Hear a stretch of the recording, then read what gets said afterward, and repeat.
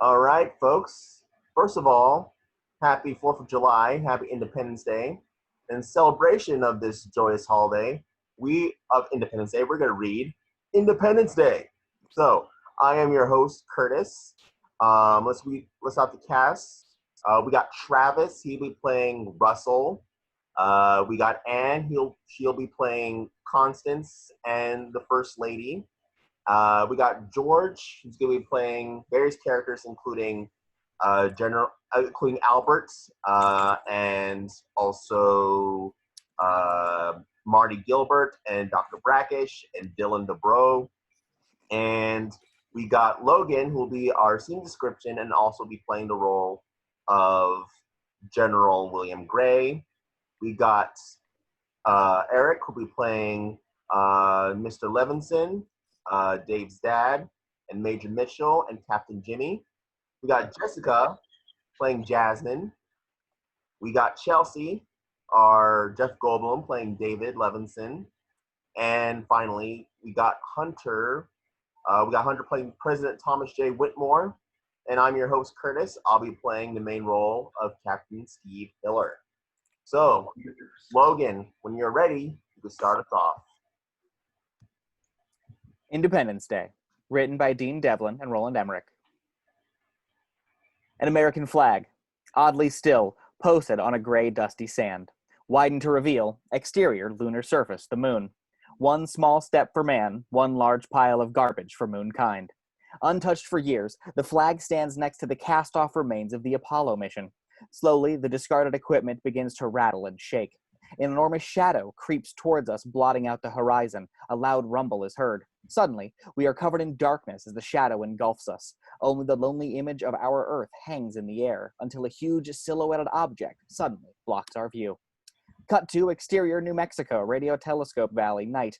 A large field of satellite dishes scan the skies. Super, SETI Institute, New Mexico. Interior Institute, Monitoring Center, Control Center, same. A lone technician works on his putting skills. Behind him, wall-to-wall technician equipment quietly sifts through data. A red light begins to flash. The technician turns and slowly walks towards the source. One by one, a series of lights turn on. The technician, Tech 1, grabs a pair of headphones. His eyes widen. Interior sleeping quarters, same. Sleepily, a supervisor picks up the phone. This isn't an insanely beautiful woman. I'm hanging up. Interior Control Center, same. Shut up and listen. He holds up the phone to the speaker and increases the volume. A strange fluctuating tone plays out in sequential patterns. Interior sleeping quarters, same. Hearing it, the supervisor bolts up, banging his head on the bunk above him. Interior Control Center, moments later. A pajama party on acid. 5 other technicians in various states of undress hover anxiously around the main console. The supervisor enters, tying his robe. God, I hope it's not just another damn Russian spy job. Negative. Computer affirms the signal is unidentified.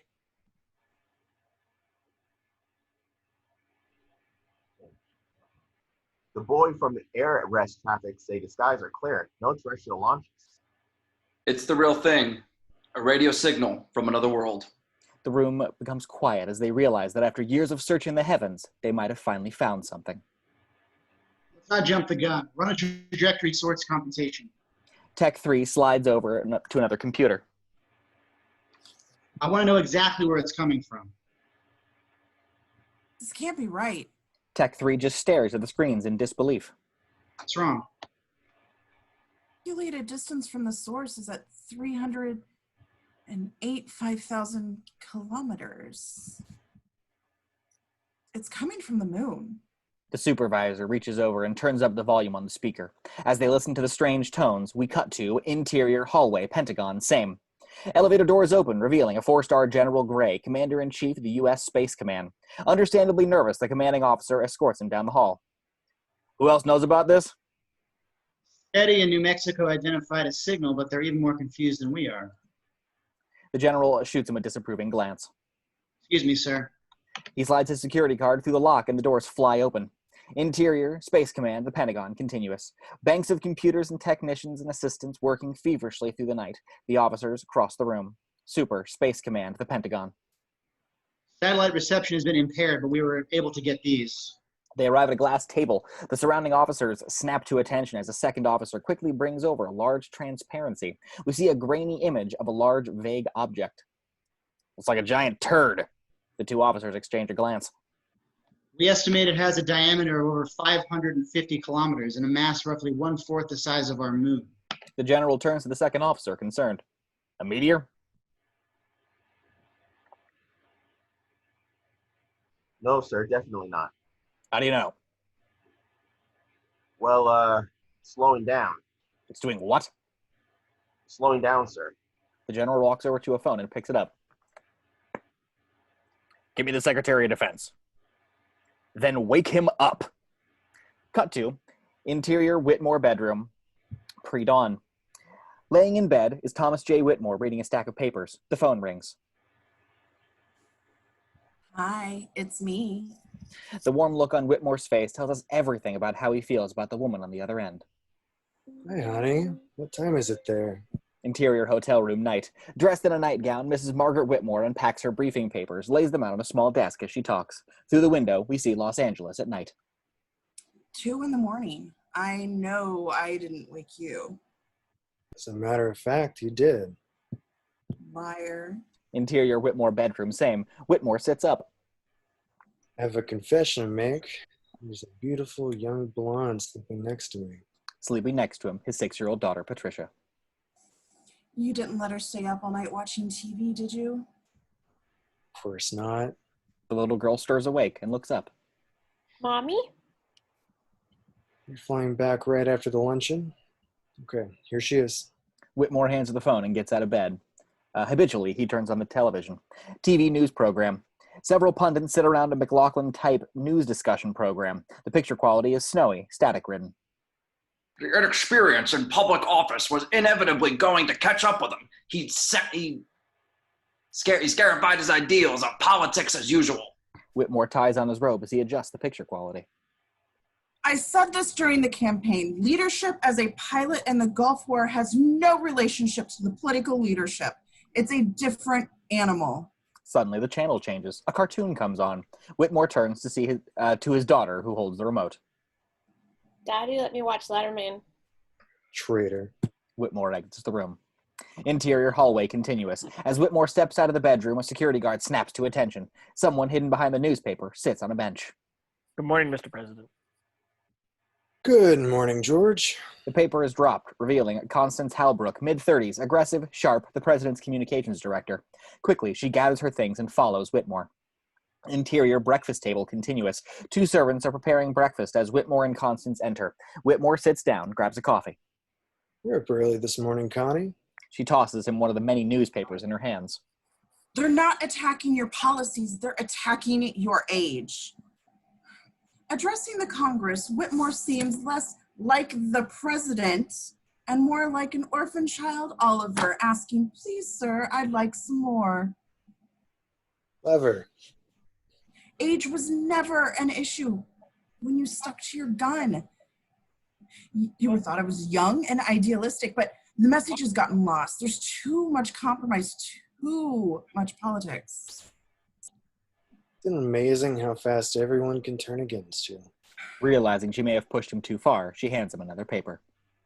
Well, the Orange County Register has named you one of the 10 sexiest men of the year. You see, substance at last. An aide appears in the doorway. Excuse me, Mr. President, it's the Secretary of Defense. Whitmore goes to the phone, picks it up. Yes? Say that again. Cut to an old Russian satellite. Drifting away from us as the old Russian satellite becomes smaller and smaller. We pan with it as we see it's on a collision course with something huge. Suddenly, the satellite explodes on impact with a much larger object that dwarfs the puny piece of hardware. As huge as it is, we get the feeling we've only seen a small portion of the total. New York Skyline, early morning. The slow crane down from the Manhattan skyline, revealing exterior Cliffside Park, New Jersey, morning.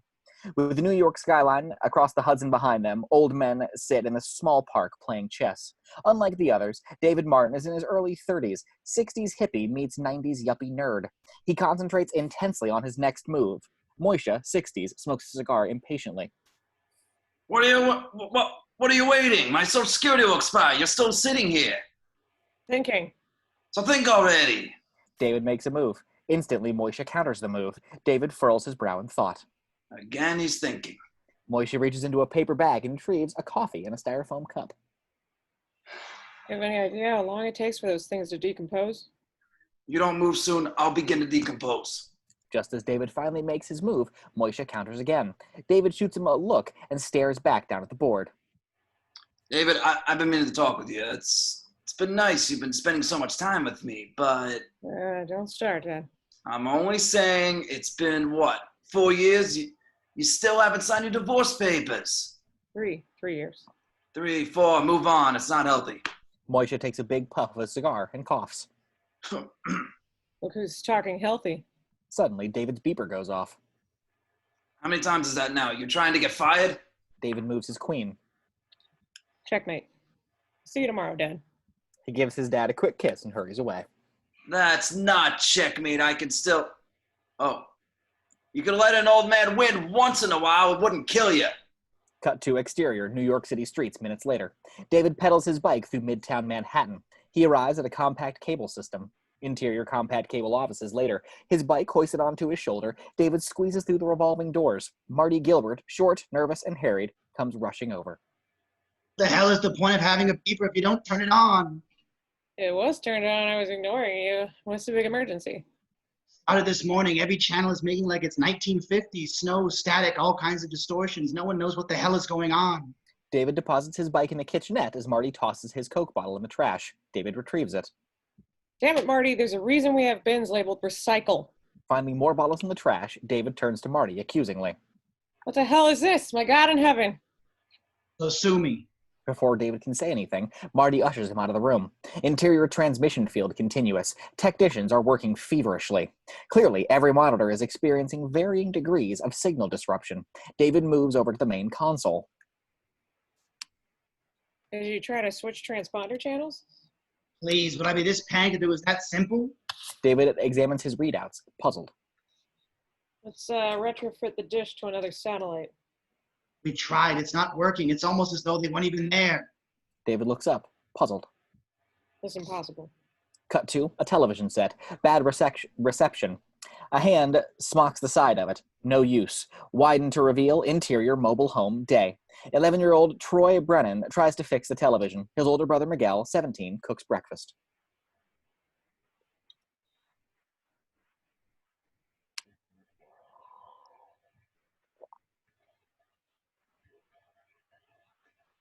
Stop it.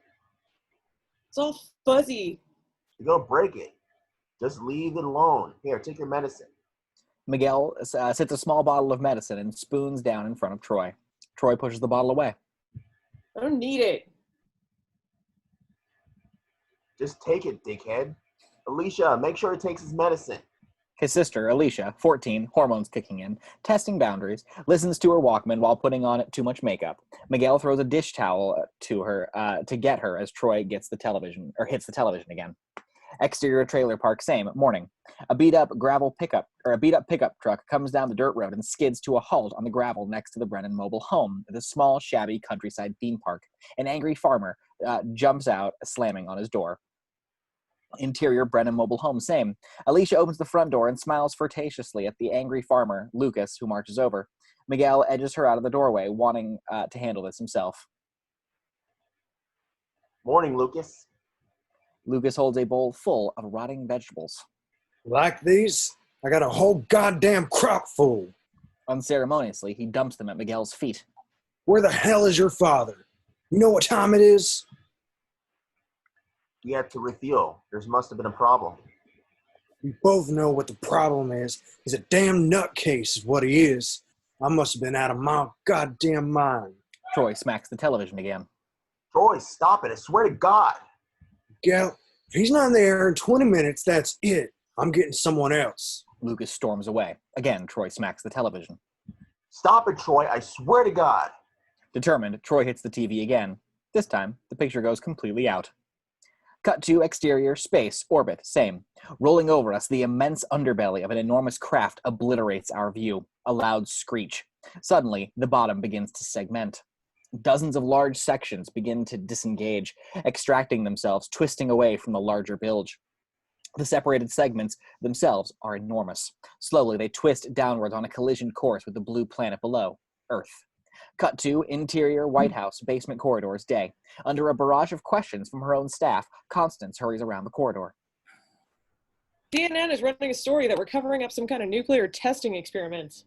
Tell them to run with it if they want to embarrass themselves. NASA has been up my butt all morning. They want to know our position. Our official position is we don't have an official position. Connie, what the hell's going on? Constance escapes into the elevator and turns around. Come on, people. Would I keep you guys out of the loop? In a second. Absolutely. Before she can retort, the elevator doors close. Interior, Oval Office, wide shot, same. The President, General Gray, the Secretary of Defense, and the White House Chief of Staff, Albert Nimzicki, are gathered around the couch. At the moment, our satellites are somewhat unreliable. Isn't it possible that the thing just may pass us by? Well, what if it doesn't pass us by? Let's retarget some ICBMs to blow it out of the sky. Forgive me, but with the little information we do have, the only thing that would accomplish is to turn one dangerous falling object into many. Just then, the door opens and Constance enters. What's the damage? The press is making up their own stories at this point. Get on the horn with Atlantic Command. Let's upgrade the situation to Defcon 3. That's not your call to make, Mr. Nimzicki. Isn't that a little premature? I don't think so. We're 2 days away from the 4th of July. We have over 50% of our armed forces on weekend leave, not to mention the troops and commanders we have in town for the 4th of July parade. We call them back now. We're standing up a major red flag. They go quiet as commanding officer from Space Command dashes into the room. Our intelligence tells us the object is settled into a stationary orbit. That's not good news. Not really. He lays out diagrams and photos on the table. Everyone gathers around. Part of it is broken off into nearly 36 other pieces. Pieces? Smaller than the whole, yet over 15 miles in width themselves. Where are they heading? They should be entering our atmosphere within the next 25 minutes. The room is silenced. All eyes turn to the president, who says nothing. Nimzicki leans in close to him. Like it or not, we're at DEFCON 3. Recall the troops and put them on yellow alert. Cut 2, yellow lights flashing. On as an alarm quickly buzzes. David leans into frame and opens the door to a microwave. We widen to reveal David's cubicle. Compact cable day. David retrieves his homemade cup of soup. We see the cubicle clearly has David's touch. Ecology posters, plants, tons of computers, and electronic gizmos. Please tell me you're getting something. Marty enters, looking over David's shoulder as he eats. Oh, there's good news and there's bad news. What's the bad news? You're in meal penalty for disturbing my lunch. And the good news is you won't charge me. No, the good news is I found out the problem, and it's not our equipment. There's some weird signal embedded within the satellite feed. That's the good news? David slides over to another computer and turns on an intricate computation program. Yes, because the analog signal has a definite sequential digital patterns embedded within it. When I find the exact binary sequence, I apply the phase reverse signal to that calculated spectrum analyzer that I built you last Christmas. We should be able to block out the overlay completely. We'll be the only guys in town with a clear picture. That's my man. Cut 2, exterior California farmlands, Imperial Valley, day. Racing over back roads behind a long open field, Miguel rides his beat-up motorbike, searching. Looking up, he sees something in the air. Miguel's POV, an old wing biplane, converted into a crop duster buzzing overhead. Spraying insecticide wildly, the plane zigzags over the field. Russell! God damn it, Russell! Looking down from the cockpit, Russell Brennan waves stupidly. Shaggy blonde hair and 2 days' growth, Russell is the image of a 51-year-old little boy. Miguel follows him below, screaming at him. Russell, flying recklessly, looks down at Miguel, not understanding. By the time he looks back, he sees a line of trees at the edge of the field, nearly on top of him. In a trick move, Russell turns the plane on its side and slices through the narrow gap between the trees. Miguel screams with delight at the prowess. Miguel looks pissed. Angle on the other side of the trees moments later. Miguel races over, skidding to a halt next to the landed with plane. Just what the hell do you think you're doing? I'm bringing home the bacon, earning my keep, and doing a fine job if I do say so myself. It's the wrong field, you idiot. Lucas's farm is on the other side of town. You sure? Damn it, he was doing you a favor. You know how hard it is to find someone who doesn't think you're completely crazy? What are we supposed to do now, huh? Where are we supposed to go now? Pissed, Miguel peels away, kicking gravel up at Russell. Pathetically, he reaches into his jacket and pulls out a bottle of Jack Daniels. He takes a heavy swig. Cut to, exterior, Iraqi desert, refugee camp, night. A tent city, ubiquitous overcrowding and poverty. Several hundred refugees settle down for the night. Super, northern desert Iraq. A Bedouin strokes a small fire beside a family tent. Suddenly, a group of shouting, screaming tribespeople come rushing past him. The Bedouin watches them with confusion. Overcome with curiosity, he goes against the tide of people up the hillside. As the Bedouin reaches the top of the hillside, his mouth falls open, aghast as he sees the skies, the phenomenon. Creeping from across the horizon above the Rocky Mountain terrain, a wild fireball is high in the sky, flaring and exploding, a terrifying sight. Cut to, exterior, USS Eisenhower, air carrier, establishing dawn. Super, battle carrier, USS Eisenhower, Persian Gulf. Interior, Eisenhower radar room, day. A large klaxon alarm is ringing out. The first lieutenant comes running in. Ensign Settis. We have a total radar blackout over a 13-kilometer area. The lieutenant moves over to the main radar screen. The entire upper portion of the screen is blank, and the blank area is moving. Have a complete diagnostic run. Excuse me, sir. Radar may be malfunctioning, but infrared is off the map. He diverts the lieutenant's attention to another screen. The bright sea of red light bleeds off the map. Get the CINC Atlantic Command on the line. Cut to interior Pentagon, commanding center, day. A technical officer rips off a data sheet as it shoots out of the printer and runs over to the commanding officer. Sir, we now have a visual range of incoming all over Iraqi airspace. Second sighting? Yes, sir. This just came in from the Eisenhower. The commanding officer grabs the phone, laying off the hook. Correction, we have 2 confirmed visual contacts. One over Iraq, one over the Pacific. Interior Oval Office, day. The room is packed. The president and his chief advisors are there along with the Joint Chiefs of Staff. Representatives from the Atlantic Command and the U.S. Space Command have formed small clusters around telephones. Where in the Pacific? So they spun one off the California coastline. Surrounded by Secret Service, the president is speechless. Constance Halbrook comes rushing into the room and whispers to the president. Put it on. Constance moves over to a cabinet and turns on a TV. The reception is still fuzzy, picture rolling. The CNN news broadcast shows the phenomenon over Novosibirsk, Russia. There is mass hysteria behind the reporter. Sightings of this atmospheric phenomenon have been reported here in Novosibirsk, Russia, and other parts of Siberia. Moving too slowly to be comet or meteor, astronomers are baffled as to its origin. Everyone is locked into the television, mesmerized. Widespread panic has gripped the countryside as thousands have been taken to the streets and clogged the highways. Hundreds have been injured. General Gray confers with the Atlantic Command CNC. He nods and turns to the president and whispers. Mr. President, we have an AWAC in West Coast. ETA and contact points 3 minutes. Interior, AWAC airplane, day. Wall-to-wall computer, radar, and intelligence gathering equipment. Technicians frantically try to adjust as the system goes haywire. It's no use. Sight radar doesn't see a thing. Correct. We're IMC blind, sir. We track across them over the pilots and see into the cockpit. Cloudy skies. The pilot squints out the window as he speaks. Negative. We still have 0 visibility. Exterior AWAC airplane, cloudy skies, day. Zooming overhead as we see the AWAC sailing through the thick, cloudy sky. Super, Pacific coastline, California. The AWAC disappears from view into the clouds. Interior, Oval Office, same. The president and his top advisors are gathered around the speakerphone, listening to the pilot of the AWAC. Instrumentation is malfunctioning. We can't get any kind of reading on what's in front of us. Interior AWAC, same. The pilot squints as he tries to see through the clouds. Wait a minute. Maybe clearing. Suddenly, the clouds part before us, and we're face to face with a wall of flames. Interior AWAC, same. The speakerphone cracks and distorts. Jesus God! Sky's on fire. Exterior AWAC and phenomenon, same. The AWAC attempts to climb sharply as we get our first real look at the atmospheric phenomenon. Majestic and monstrous. The AWAC is not going to be able to make it. Quickly, it is engulfed in flames. Interior Oval Office, same. The phone line goes dead. General Gray spins to an aide. Get him back on the line. Line's gone, sir. The Atlantic Command CINC turns from a different phone.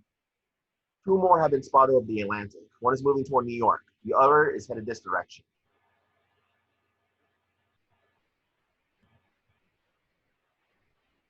How much time do we have? Less than 10 minutes. Organize a military escort to Crystal Mountain. Sir, I strongly recommend we move you to a secure location immediately. President hesitates and turns to Constance. We expect the same kind of panic here as in Russia? More than likely. Mr. President, you can discuss this on the way. Torn, the president grapples with the decision. Finally, I'm not leaving. We must maintain a working government in a time of crisis. I want the Vice President, Secretary of Defense, the whole cabinet, and the Joint Chiefs taken to a secured location. I'm staying here. I am not going to add to a public hysteria that could cost lives. But Mr. President, So far, these things have not become hostile. For the moment, let's assume they won't. Connie, let's issue statements advising people not to panic. Stay home, take cover. Constance issues commands to her staff as they quickly exit among most people in the room. General Gray goes over to the president. With your permission, Mr. President, I'd like to remain by your side. I had a feeling you would. Sir, what happens if they do become hostile? God help us. Cut to interior David's cubicle day. As the TV sits behind David, news footage of the phenomenon in Russia plays silently. Oblivious, David works on his computer. David, are you watching this? David waves her away, deep in concentration. Suddenly, a computer beeps. Excitedly, David prints out his findings. He grabs it and exits. Interior compact cable office, continuous. Engrossed in his printout, David walks past his coworkers who are glued to the distorted picture on the television, watching the phenomenon. Interior Marty's office. Marty stares at the television, watching General Gray addressing the press. David enters, staring at his readings.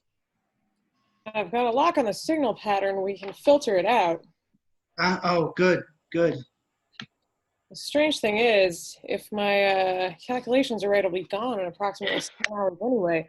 The signal reduces itself every time it recycles, and eventually it's going to disappear. Are you even listening to me? Can you believe this?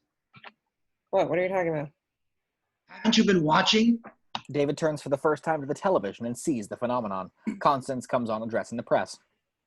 Now, so far, the phenomenon has not caused any damage. In all likelihood, it won't. Interior White House press room, same. More reporters rush in from the back, quickly setting up as this hastily called press conference continues.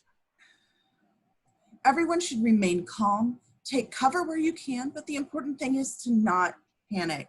Interior Brennan mobile home, same. Miguel, Alicia, and Troy are watching the static-riddled television. We have a fix on 3 different occurrences about to peer over American cities. One is headed towards Los Angeles. Interior Marty's office, same. The other 2 are on our eastern seaboard headed towards New York and Washington, D.C. Suddenly, a hectic coworker, number 2, appears in the door.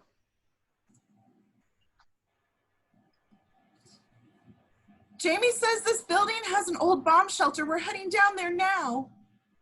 Feel no shame in hiding. Interior hallway continuous. A crowd of people head down the hall to the shelter while others stay glued to the set.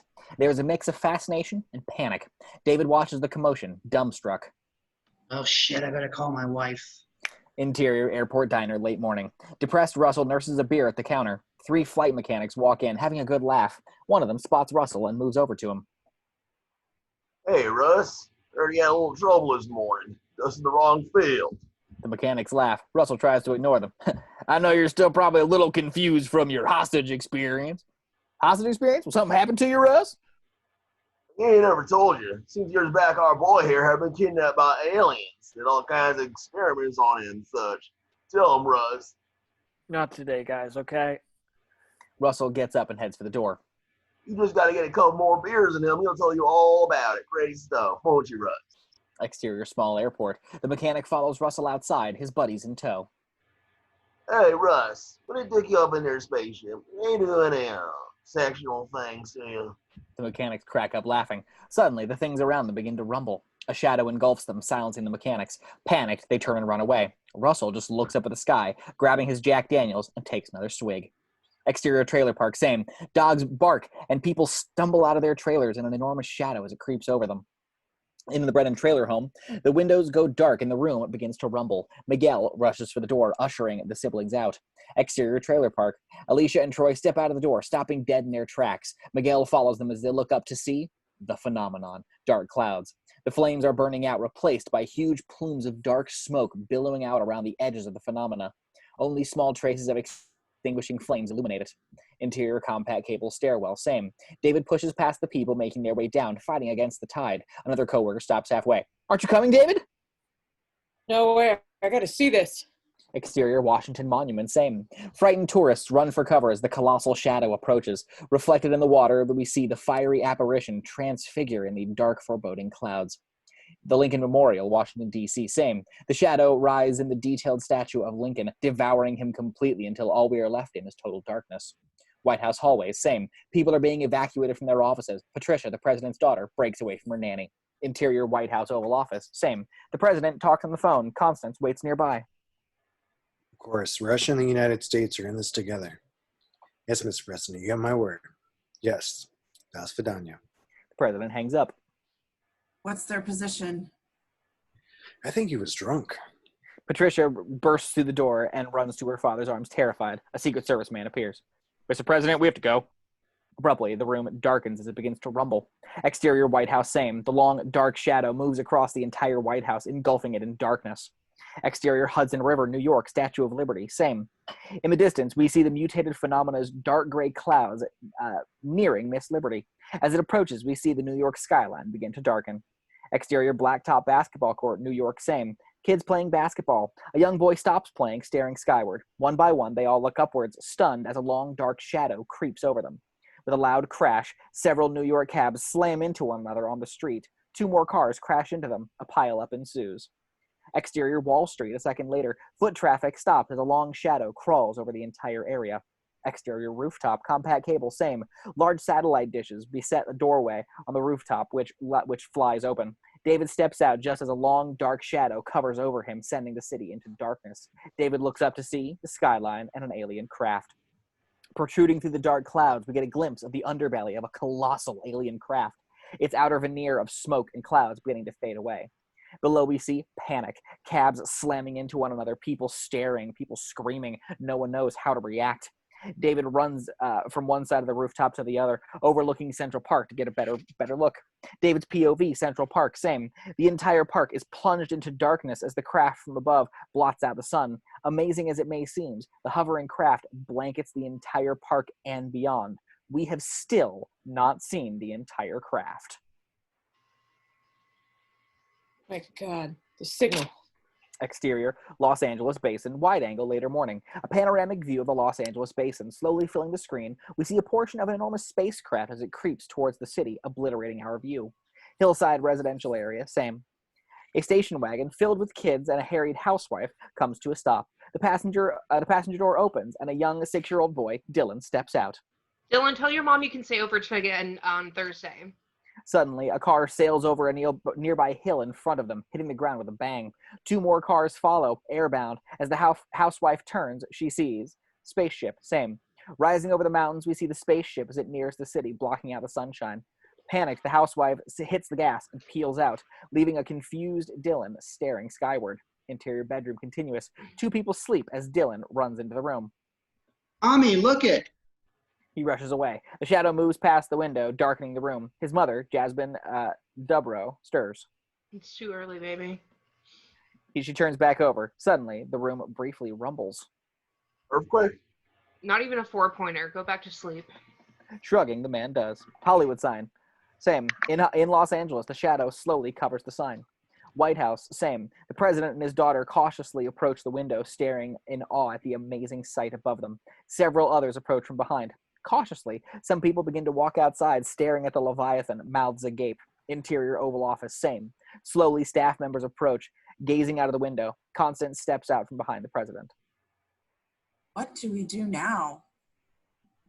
Address the nation. There are a lot of very frightened people out there right now. Yeah, I'm one of them. Exterior, Washington, D.C., alien craft, same. All of Washington is under the shadow of this gargantuan alien craft. A stunning tableau. Cut to interior Jasmine Dubrow's bedroom, same. A man sleeping next to Jasmine's Beagle Boomer drops Stephen's tennis shoe on top of him, waking him. He's trying to impress you. He's doing a good job. He pats the dog on the head and takes the shoes. Stephen gets up and makes his way to the bathroom. Interior bathroom continuous.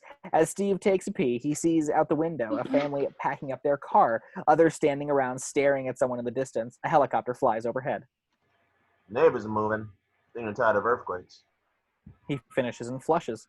Interior living room continuous. Steve enters the living room. The television is playing the news broadcast. With little damage reported to the Southland area, people are advised not to panic. Something's on the table about the quake.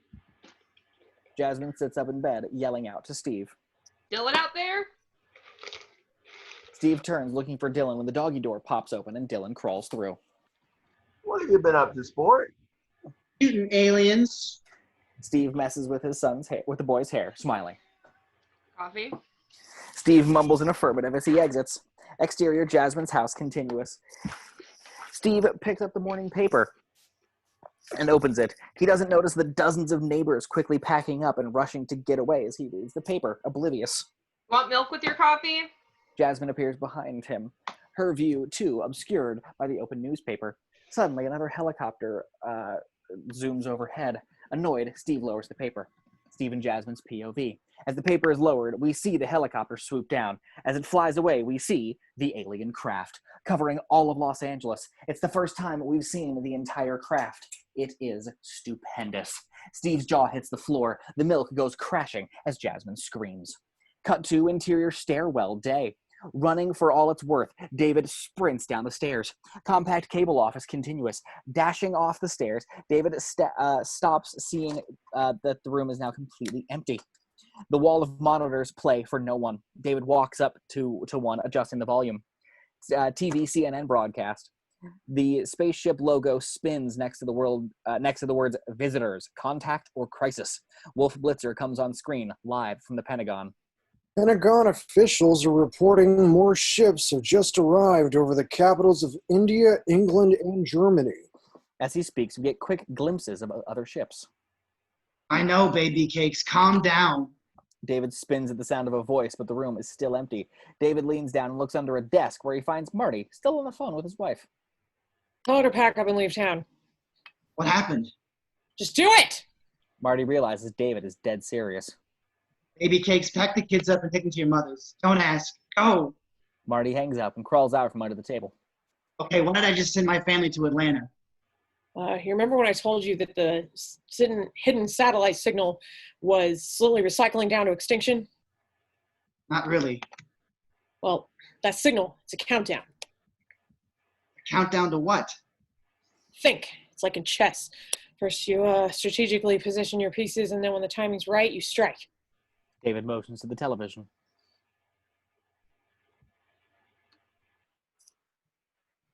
There are additional unconfirmed sightings over Japan, the Mediterranean, and China.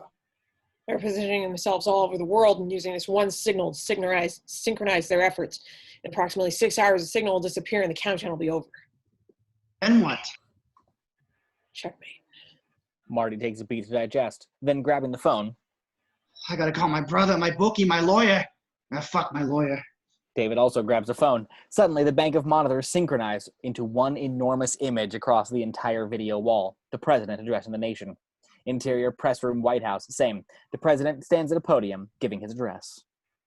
My fellow Americans, a historic and unprecedented event has taken place. The question as to whether or not we are alone in the universe has been answered. Angle side enters the press room. As Constance watches the president, she unconsciously mouths the words of the speech. After all, she did write them. A press aide tugs on her sleeve. She tries to wave her off.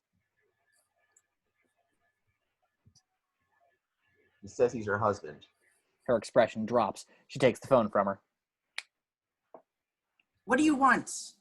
You have to leave the White House. This is not the time or the place to have the same old discussion. Interior compact cable offices, same. You don't understand. You have to leave Washington. Interior side office, White House day. Impatient, Constance tries to get off the phone. In case you haven't noticed, we're in a little bit of a crisis here. I've worked with embedded loading. They're communicating with a hidden signal. They're going to attack. You're being paranoid. It's not paranoia. The embedding is very subtle. It's probably been overlooked. Constance hangs up. Her face betrays mixed emotion. Interior compact cable office is same. David stares at the phone, pissed. Something on TV catches his attention. Through the snowy image, he sees My staff and I are remaining here at the White House while we attempt to establish communication. Hanging up the phone, David sprints for the exit. So remain calm. If you are compelled to leave these cities, please do so in a safe and orderly fashion. Smash cut to cabs slamming together on the New York City streets. The rush to get away creeps slowly as cars jam the streets in total gridlock. David pedals his bike furiously through traffic. Exterior, George Washington Bridge, New York. The mass exodus has reached the bridge. Total congestion. David fights his way through. Exterior, Cliffside, New Jersey. The New York skyline behind him, across the Hudson. David jumps off of his bike and races toward the row of tract houses. Exterior, Moishe tract house. Seconds later, David bangs in the door. It flies open. Moishe is holding a hunting rifle, pointing it at David. Oh, Pops. The television said they're starting with the looting already. Vultures. You still got the olds? Want to borrow the car? You don't have a license. Okay, you're driving. Cut to interior, Jasmine's house. Steve, wearing his Marine flight officer's uniform, shoves the last of his things into a duffel bag. We notice there are small figurines of dolphins everywhere. Jasmine hovers nervously behind him. You can't go. Call them back. Maybe you know how it is. Have to report to Toro right away. You said you were on leave for the 4th. You cancel it. Why are you acting like this? Jasmine grabs the blinds and yanks them away. We see the alien craft through the window. Why? That's why. That thing scares the piss out of me. Exterior, Dubrow house, continuous. Dylan sits behind the wheel, pretending to drive. Steve grabs him, pulling him out. He reaches into his duffel and grabs a small brown paper bag. Here, I got these for you. And be careful with them. Dylan opens the bag. Fireworks. Jasmine walks over. Cool. Steve tosses his gear into the back and opens the door. Wait, I have to tell you something. What? Be careful. Look, after your shift tonight, why don't you grab Dylan and come stay with me on base? Really? You don't mind? Nah, I just told my other girlfriends they can't come over tonight. Pissed, she hits him. He loves it. You know, you're not as charming as you think you are. Yes, I am. Dickweed. Butt munch. They kiss. Steve hops into his car and peels out. Jasmine takes the bag from Dylan. I'll take these. Cut to exterior Jersey highway later that day. A perfectly preserved 68 Olds drives cautiously down the highway. Around him, we see other cars packed to the gills as they make their escape from New York. Interior Olds, same. Not the most confident driver. Moishe holds the steering wheel close to his chest. The White House, for crying out loud. You can't just drive up and ring the bell. Has this thing go any faster? You think they don't know what you know? Believe me, they know. She works for the president. They know everything. They don't know this. Yeah, and you're going to educate them? Tell me something. You're so smart. How come you spent 8 years at MIT to become a cable repairman? Dad. Mm-hmm. All I've been saying is they've got people who handle these things, David. They want HBO, they'll call you. Cut to interior hotel lounge, Los Angeles, late afternoon. Miss Whitmore is on the house phone. Behind her, we see several news crews waiting for interviews. I want you out of there. You're staying there to keep the people calm. It's the right thing to do. I'm not going to let them criticize you for it. Interior Whitmore bedroom, White House. The president sits in his bed, his daughter laying next to him watching TV. The signal distortion is getting worse. Okay, fine. If the second year interviews are done, I have a helicopter ready to take you to Nellis Air Force. How's the munchkin? Just glued to the TV, just like the rest of the world. Love you too. Here she is. He hands Patty the phone as General Gray and Nimzicki appear in the doorway.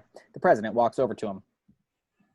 More ships keep arriving. 15 in total so far. This is crazy. We're losing our first strike capabilities. We're trying to communicate with them on all frequencies, but we're getting nowhere. Atlantic Command is working on a type of visual communication. The hell are they up to? Cut to exterior trailer park, night. A long, crowded highway of people trying to escape from Los Angeles can be seen in the distance, a huge spacecraft hovering behind them. Miguel is on the roof of the trailer, adjusting the TV antenna, trying to get picture. Suddenly, the image clears, and we see a group of people in a crowded hallway. Local crop duster was arrested today attempting to land at Edwards Air Force Base. On TV, we see Russell being escorted to a police car. Mortified, Miguel can't believe what he's seeing. They've got to do something. I've been abducted by space aliens 10 years ago. They did all things of experiments on me. They've been studying us for years, learning our weaknesses. We've got to do something before they kill us all. Just as Troy starts to climb up, Miguel changes the channel to Mrs. Whitmore. Troy sits down next to Miguel.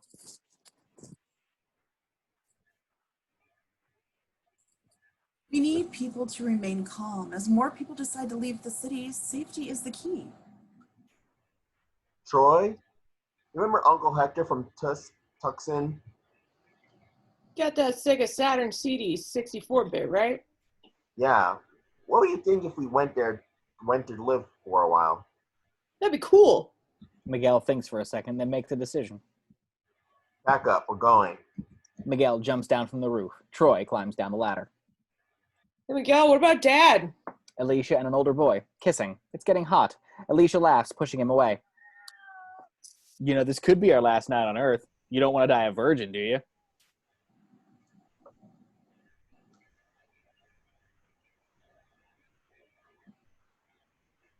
You sure?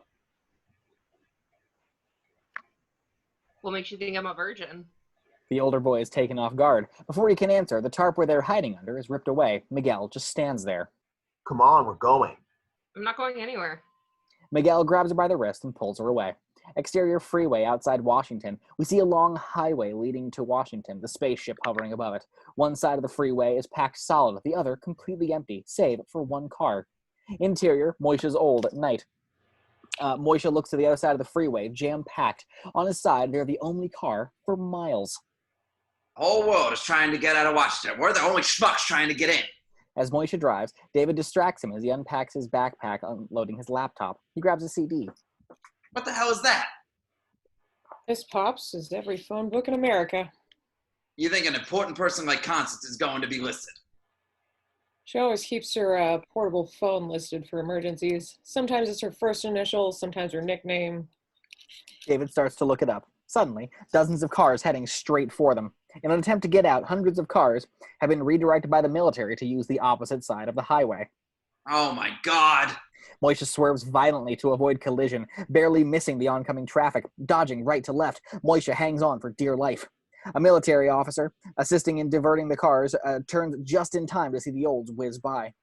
David and Moishe are bounded around inside the car as Moishe tries to veer through traffic. Suddenly, a truck blocks off their only escape route. Moishe turns hard and drives up onto the right shoulder. Overhead angle, Olds in traffic. The Olds is the only car headed in that direction, using the shoulder, swerving to miss barricades as they drive off an exit ramp. Nice driving, Pops. Dangerously close to a heart attack, Moishe is, for once, at a loss for words. Over their adrenaline-pumped faces,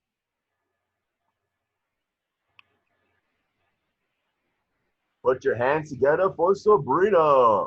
cut to interior strip club, Los Angeles night. A bikini-clad Sabrina twirls gracefully on stage. As she comes to a stop, we reveal Sabrina is actually Jasmine. She looks out into the audience as her expression drops. Reverse angle, Jasmine's POV. 5 strippers and 8 customers, all crowded near the television, watching the news. Angle of the TV, rooftop, Los Angeles. A helicopter footage of people gathering on the rooftop of downtown Los Angeles, holding up drawings of space aliens.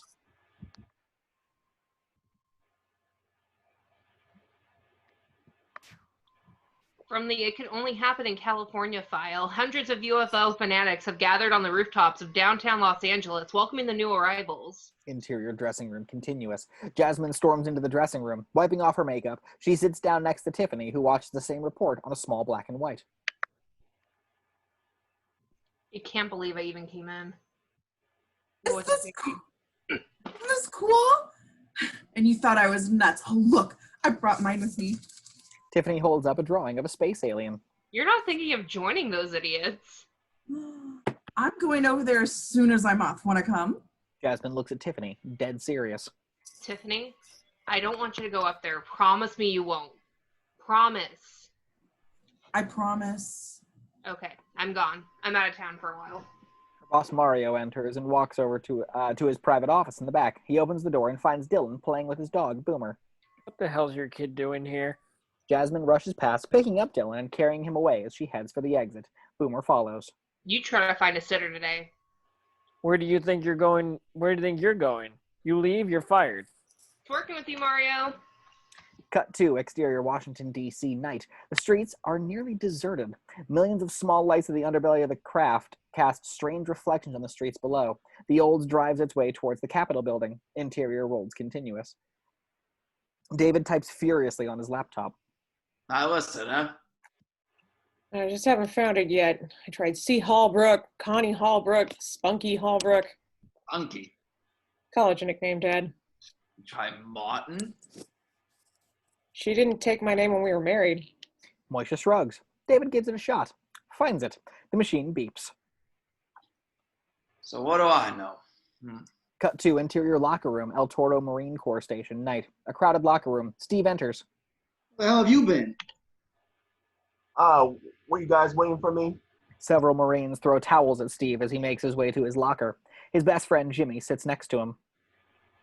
You believe it? This is serious shit, Stevie. They recalled everyone. As Steve sits, he sees some envelope stuck into the side of his locker. Well, the mail's still working. As he flips through the envelope and freezes when he sees the one with a NASA insignia on it, Jimmy snatches it away from him. Junk mail, you don't know what this is. Steve quickly snatches it back, rips it open, and reads. From the disappointment on his face, we can tell it's bad news. Realizing, Jimmy puts a hand on Steve's shoulder. I don't believe it. They make you learn how to fly everything from an Apache to a Harrier, and still they turn you down? What else do you have to want to learn, How to kiss ass. Steve crumples the letter and tosses it. Angrily, he opens his locker. Posted in the locker door, we see photos of Jasmine next to the photos of a space shuttle, Apollo missions, and a NASA insignia bumper sticker. As Steve stuffs his jacket into his locker, something falls out. Before Steve can grab it, Jimmy snatches it up first. Jasmine had this thing for dolphins? I had them make it? I thought you said you were doing it to break it off. Steve snatches it back, embarrassed. Steve, listen to me. You're never going to fly the space shuttle if you marry a stripper. Steve knows he's right. He's torn.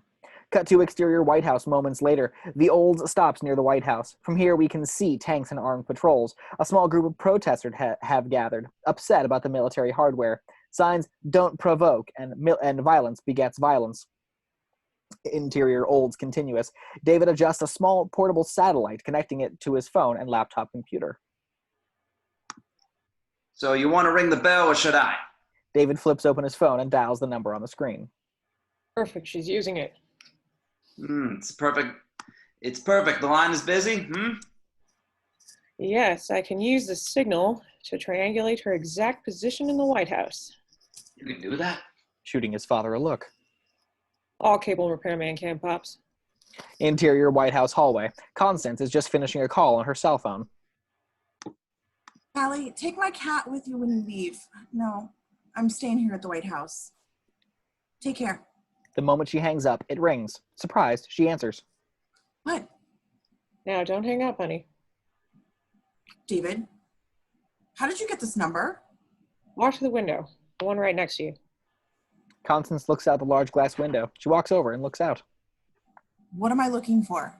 Constance POV. Between two of the tanks outside, Constance can see David standing on top of the Olds across the street. Moishe steps out and waves. Constance is stunned. How does he do that? Cut to interior Brennan trailer night. Sulking, Alicia sits in the back with her Walkman on. Troy sleeps while Miguel drives. Suddenly, Miguel hits the brakes as something comes sailing down from the sky. We realize it's the B-wing plane landing in a stretch of roadway directly in front of them.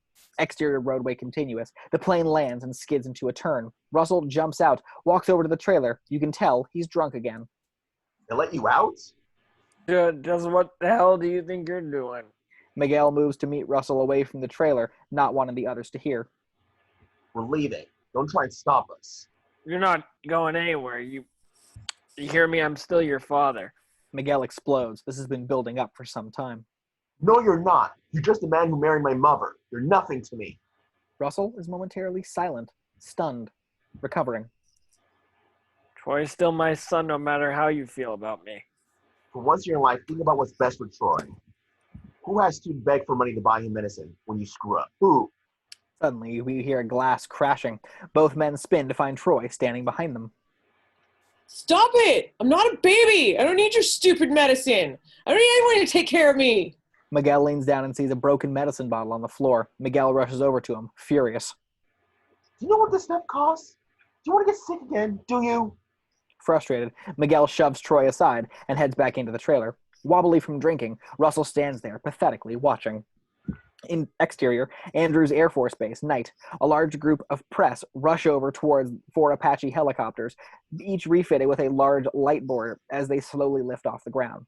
Cameras flash, reporters yell questions to the officers assigned to keep them at bay.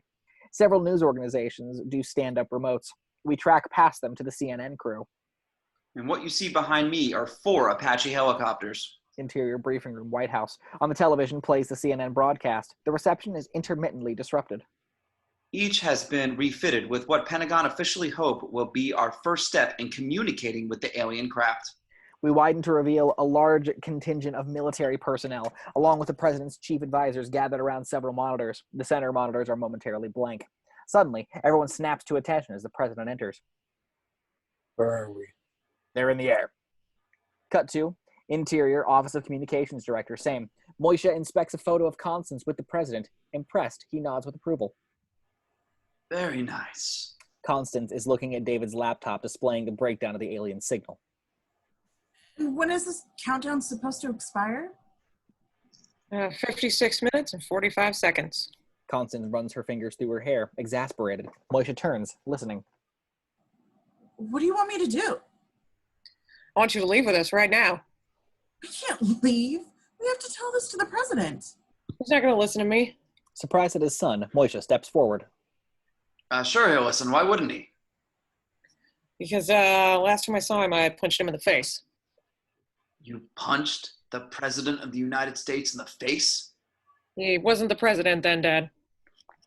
David thought I was having an affair, which I wasn't. I was the president. Oh, my God.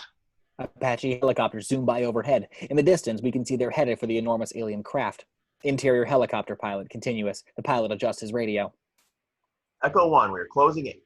Exterior skies. The choppers alter their formation, aligning themselves alongside one another. As the helicopters near the craft, we see just how tiny they appear against the gargantuan spaceship. Interior hallways, elevators, White House minutes later. The elevator doors open and Moishe steps out, overwhelmed and impressed. Constance leads them down the hall. Moishe turns to David and whispers. If I had known I was going to meet the president, I'd have worn a tie. Look at me. I look like a schmeal. Interior Oval Office, continuous. The office is empty as the trio walks in. Moishe can't believe he's in here. He straightens himself up and combs his hair. Wait here. I'll be right back. David sets up his laptop. On his desk. Interior briefing room. The middle monitors are now on. They show the night vision POV of the helicopters as they approach. On the side monitors, we see the various news broadcasts of the event. The helicopters are making their final approach. In the middle monitor, we see the night vision camera of the lead helicopter. We see the side of the craft as the helicopter nears. Everyone in the room watches, tense. Constance enters and kneels down next to the president, whispering in his ear. The president gets up and follows Constance. Chief of Staff Nimzicki objects.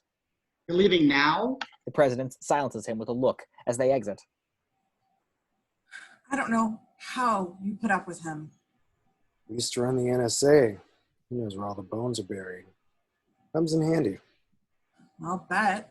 Interior Oval Office. The door flies open and Constance and the president enter. The moment President Whitmore sees David, he freezes. What the hell's he doing here? Moishe, bursting, steps forward. Moishe Martinsburg, Mr. President.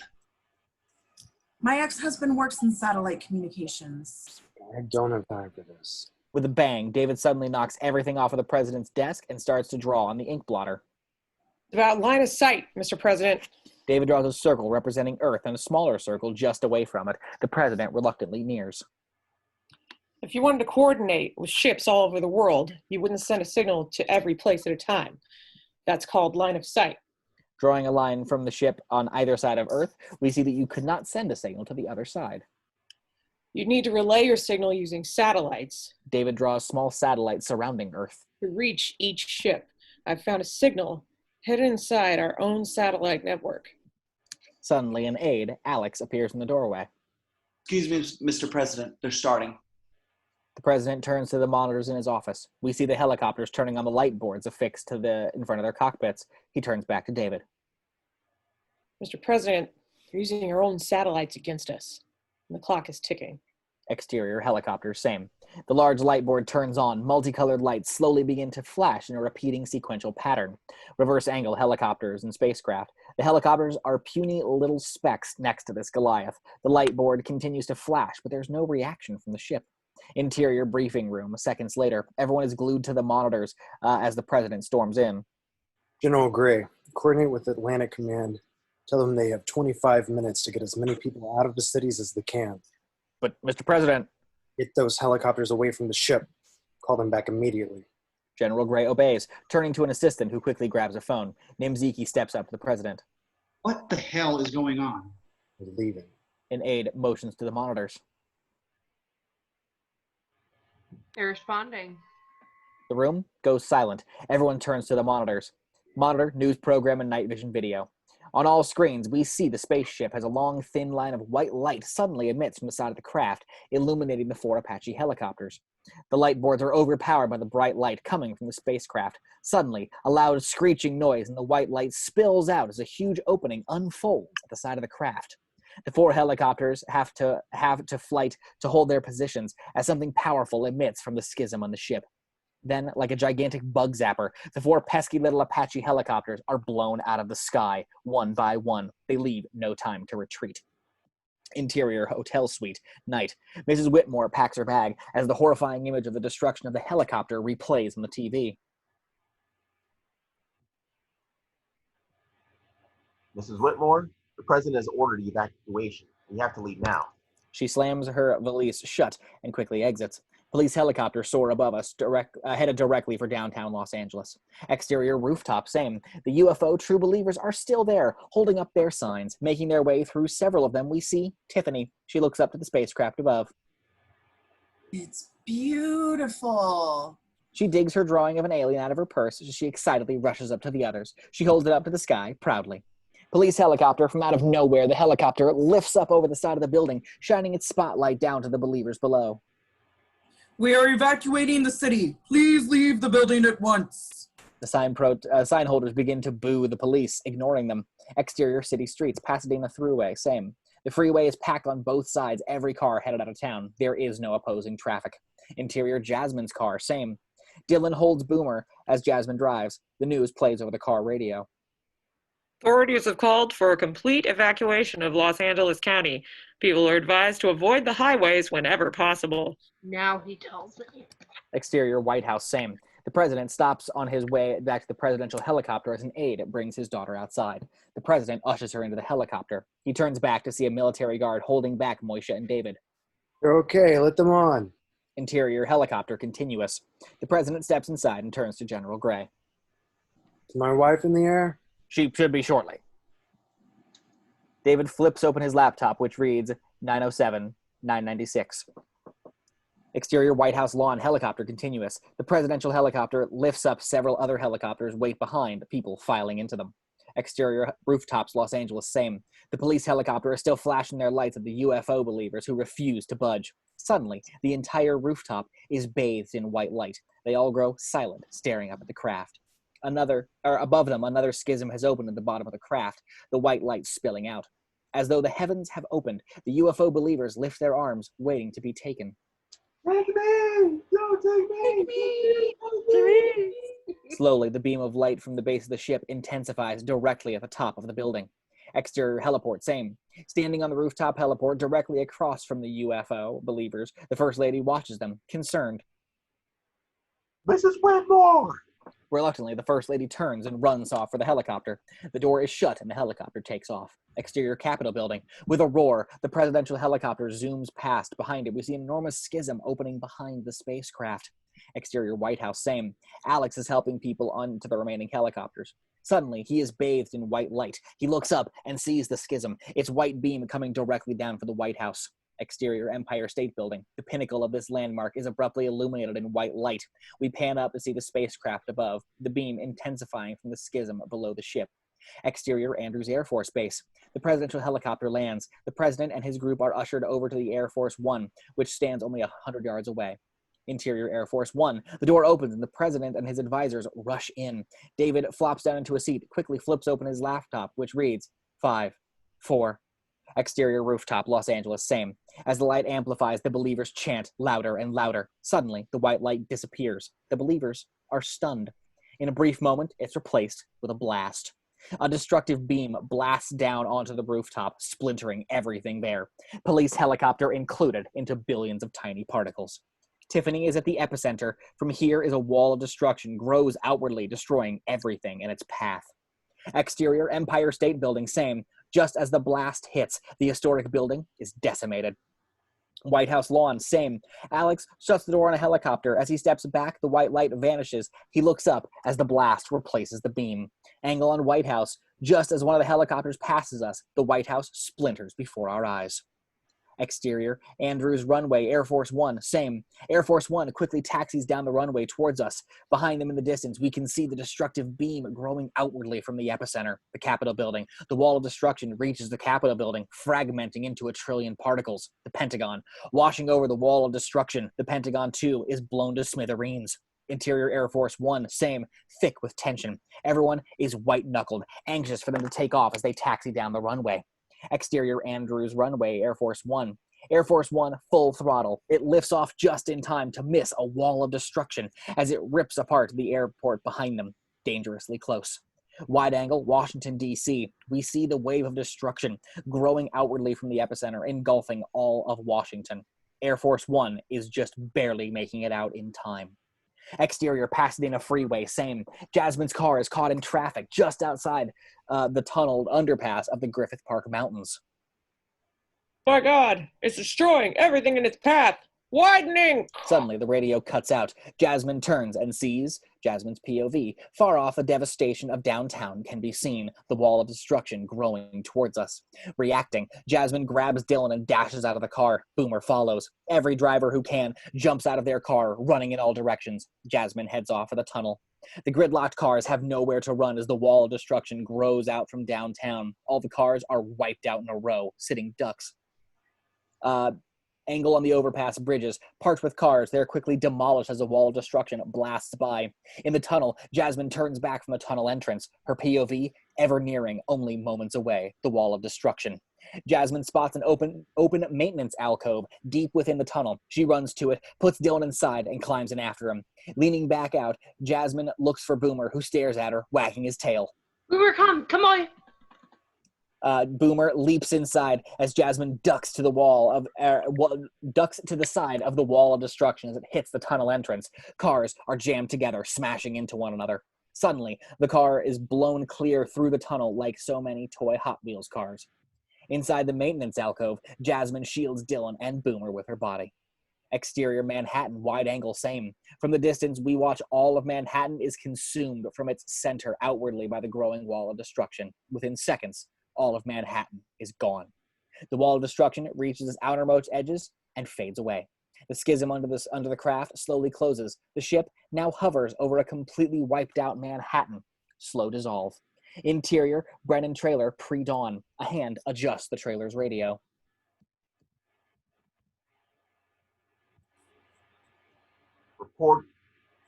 Reports are unclear as to extent of the devastation, but from all accounts, Los Angeles, Washington, and New York have been left in ruins. Russell shoots a worried look over at Miguel. Suddenly, Troy moves up in front on wobbly legs. I don't feel so good. When was the last time you had your medicine? 4 days, 5. Troy looks really sick. Miguel is shocked. I gave you some this morning. I didn't take it. I thought I didn't need it anymore. Exterior desert highway, same. The trailer, with Russell's bi-wing in tow, pulls over. Troy rushes out, vomiting on the side of the road. Miguel comes to his side. Russell steps out and walks to the curb in the highway. Miguel, come take a look at this. Reluctantly, Miguel moves to his brother's side. POV, Russell and Miguel. Below, an entire valley filled with campers, trailers, and buses. An instant refugee city, if you will, for as far as the eye can see. Spectacular. Cut to interior El Toro briefing room, morning. 35 pilots are being briefed by their commanding officer, Captain Watson, who points to a fuzzy photograph of the craft over Los Angeles. You will be the first wave of our counterattack. Though surveillance satellite reconnaissance has been impaired, we have a fix on a primary target. Steve and Jimmy sit next to each other near the back of the room. You won't exactly need radar to find it. Jimmy chuckles. Watson is annoyed. You want to add something to the briefing, Lieutenant Hill? Steve smiles confidently. Sorry, sir. Just real anxious to kick some alien ass. Everyone chuckles, including Captain Watson. Exterior, El Toro Marine Corps Air Station, moments later. Huge hangar doors open, revealing an FA-18 Hornet, one of the USAF's elite. Tarmac overhead shot. 30 FA-18s await to take off on the tarmac as technicians and flight crews race for position. Engine blast. The heat waves momentarily obscure our view of the FA-18s as they take to the air. Interior, Air Force One, same.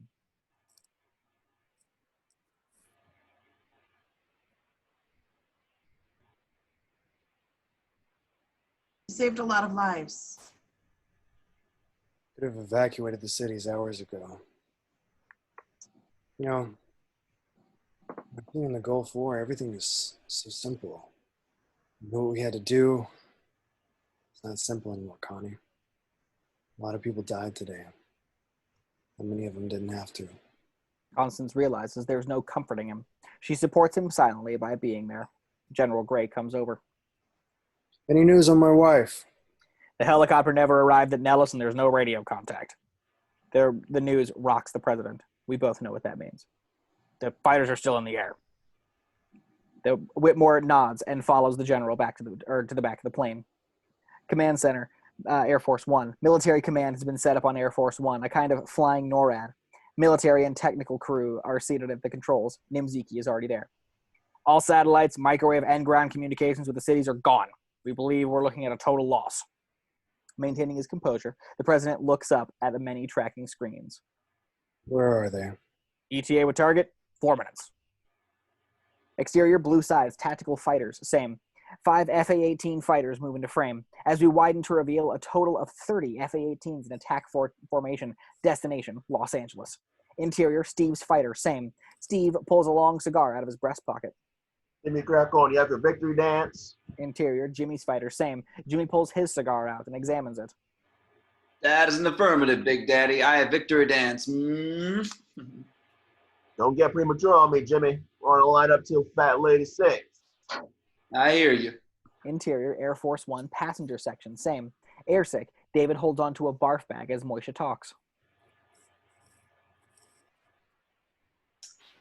It's Air Force One, for crying out loud. Still get you sick? Please don't talk. Moishe pats his belly. Look at me, like a rock. Good weather, bad, doesn't matter. We can go up and down, back and forth, side to side. David can't take any more of his story and goes running off for the bathroom.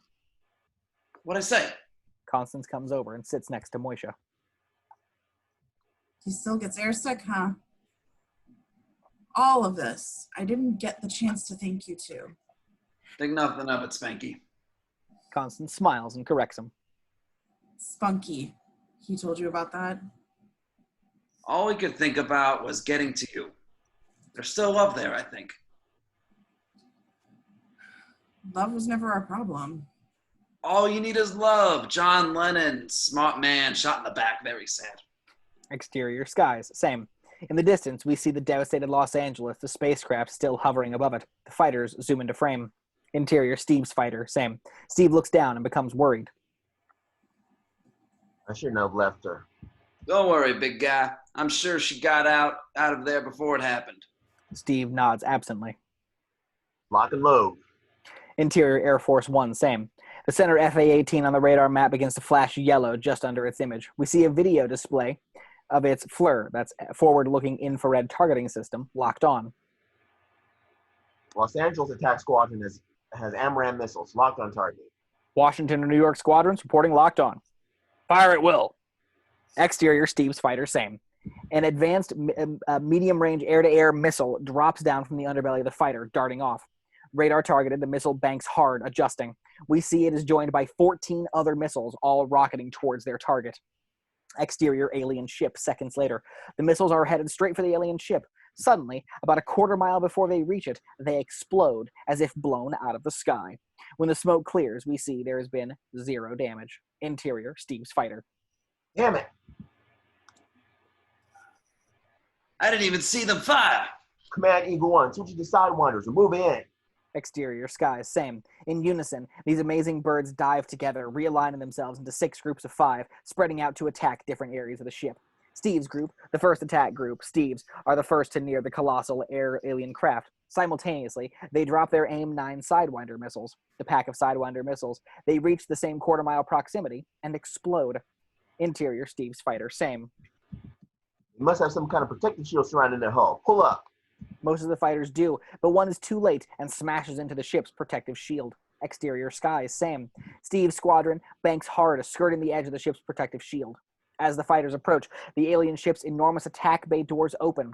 Suddenly, dozens of alien attackers dart towards our fighters. Evasive maneuvers, check 6. Just moving away in time, our fighters barely dodge the oncoming enemy attackers as they fire a hailstorm of firepower, tracker bullet-like lasers showering the sky. As Steve's plane dives, an attacker follows. Jimmy's plane pulls up behind the attacker, heads-up display. Jimmy's HUD has the alien attacker in his sights. Got you covered, Big Daddy. Jimmy fires. Another AIM-9 Sidewinder takes off. The alien attacker, the Sidewinder, overtakes the attacker as Steve rolls away out of position. 5 yards before the Sidewinder can get to the attacker, it explodes.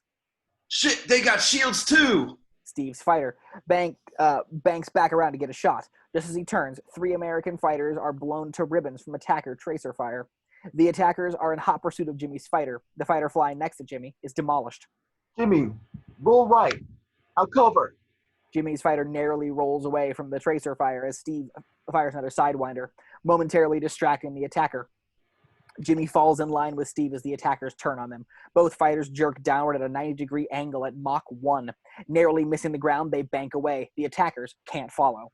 Interior Air Force 1, same. Fighter after fighter begin to disappear from the display screens. We're losing them.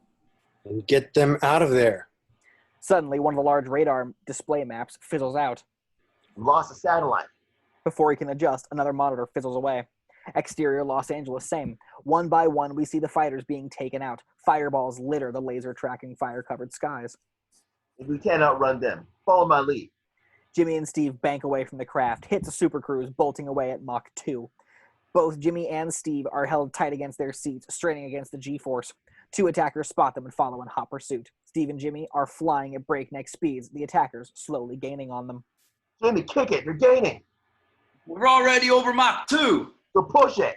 Readouts show the planes flying beyond measurement. Interior Jimmy's fighter. As the planes accelerate, Jimmy fights to remain conscious.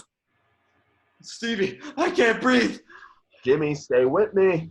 Jimmy slowly loses consciousness. His fighter slows, drifting off to the right. Jimmy! Alien attackers gain on him. One catches up with Jimmy's fighter and fires. Jimmy's fighter. Laser tracers shower the fighter. It explodes. Job done. His attacker banks away, returning to Los Angeles. No! Steve's attacker stays right with him, slowly gaining. Steve kicks his harder, keeping the distance. Cut to El Toro Air Tower, same. A radar operator spots something on the screens. He turns to Captain Watson. We have incoming. Friendly? I don't think so. Watson hits an alarm, which roars. Exterior El Toro tarmac, seconds later. A dozen pilots race out onto the field, running for their planes. Before anyone can reach them, the sky darkens with alien attackers who strafe the runway. Interior tower, same. Through the front glass of the tower, we see the attackers firing. One fires directly at the tower. Watson dives for cover as everything around him erupts into a gigantic fireball. Wide angle El Toro, the entire base goes up in flames. Cut to exterior skies, fighter and attacker, same. Steve looks down over the side of the fighter. Steve's POV, the Grand Canyon. Steve hits the brakes. Surprise, the attacker sails past. We're taking a moment. Steve dives into the Grand Canyon. Okay, jerk off. Let's have some fun. The attacker recovers, dives after Steve, who flies dangerously close to the canyon walls. The attacker has trouble keeping up with him, but does. Steve puts on a clinic in advanced aerobatics, banking, diving, swerving. The attacker seems to be improving, following closer and closer. Steve ducks into the small canyons, twisting sideways. Still, the attacker follows close. Fuel gauge running on low, near empty. Frustrated, Steve gets pissed. Damn it. Steve turns down a dead end side canyon. The attacker is right on his tail. See, you're fully equipped. The fighter is on a collision course with the end of the canyon wall. Suddenly, Steve yanks his Ace-2 ejection seat. Steve sails upwards into the air. The fighter crashes into the canyon wall. The attacker can't turn in time. He tries to pull up over it, just misses the top of the canyon wall. As the nose of the attacker hits the tip of the canyon wall, the attacker is flipped over, rolling end over end at the top of the canyon. The parachute on Steve's ejection seat pops open. Exterior top of canyon continuous. Rolling end over end, the attacker is banged up badly as it finally comes to a stop. Not far away, Steve has a quick, hard landing. Rolling over, Steve quickly pops the buckles on the chute and frees himself. He stands and looks around. Spotting the beat-up and incapacitated alien attacker, Steve gets an angry, resolved look on his face. He marches over to the fallen alien attacker. He scans it quickly, spots a type of door that has been knocked ajar. With all of his might, Steve yanks the door open. An alien. For the first time, we get a quick glance at these aliens, an odd hybrid creature with fluctuating skeletal structure. The reason we only get a quick glance is because the moment it turns woozily towards us, Steve rears back and slugs him in the face, knocking the alien totally unconscious. Welcome, His anger finally subsiding, exhaustion taking over. Steve stands over the craft, slowly withdrawing the prized victory dance cigar. He lights it and takes a long, angry puff. Now that's what I call close encounter. Cut to interior tunnel, Pasadena Freeway, alcove, same. It's dark. The hole Jasmine has entered is now blocked. She pushes it, but it won't budge. Exhausted, she ignites her lighter to get a better look around. As it lights, we see we are inside a maintenance garage. Jasmine pushes over a phone, but the line is dead. Taking Dylan by the hand, she moves to a large garage door, but she can't open them.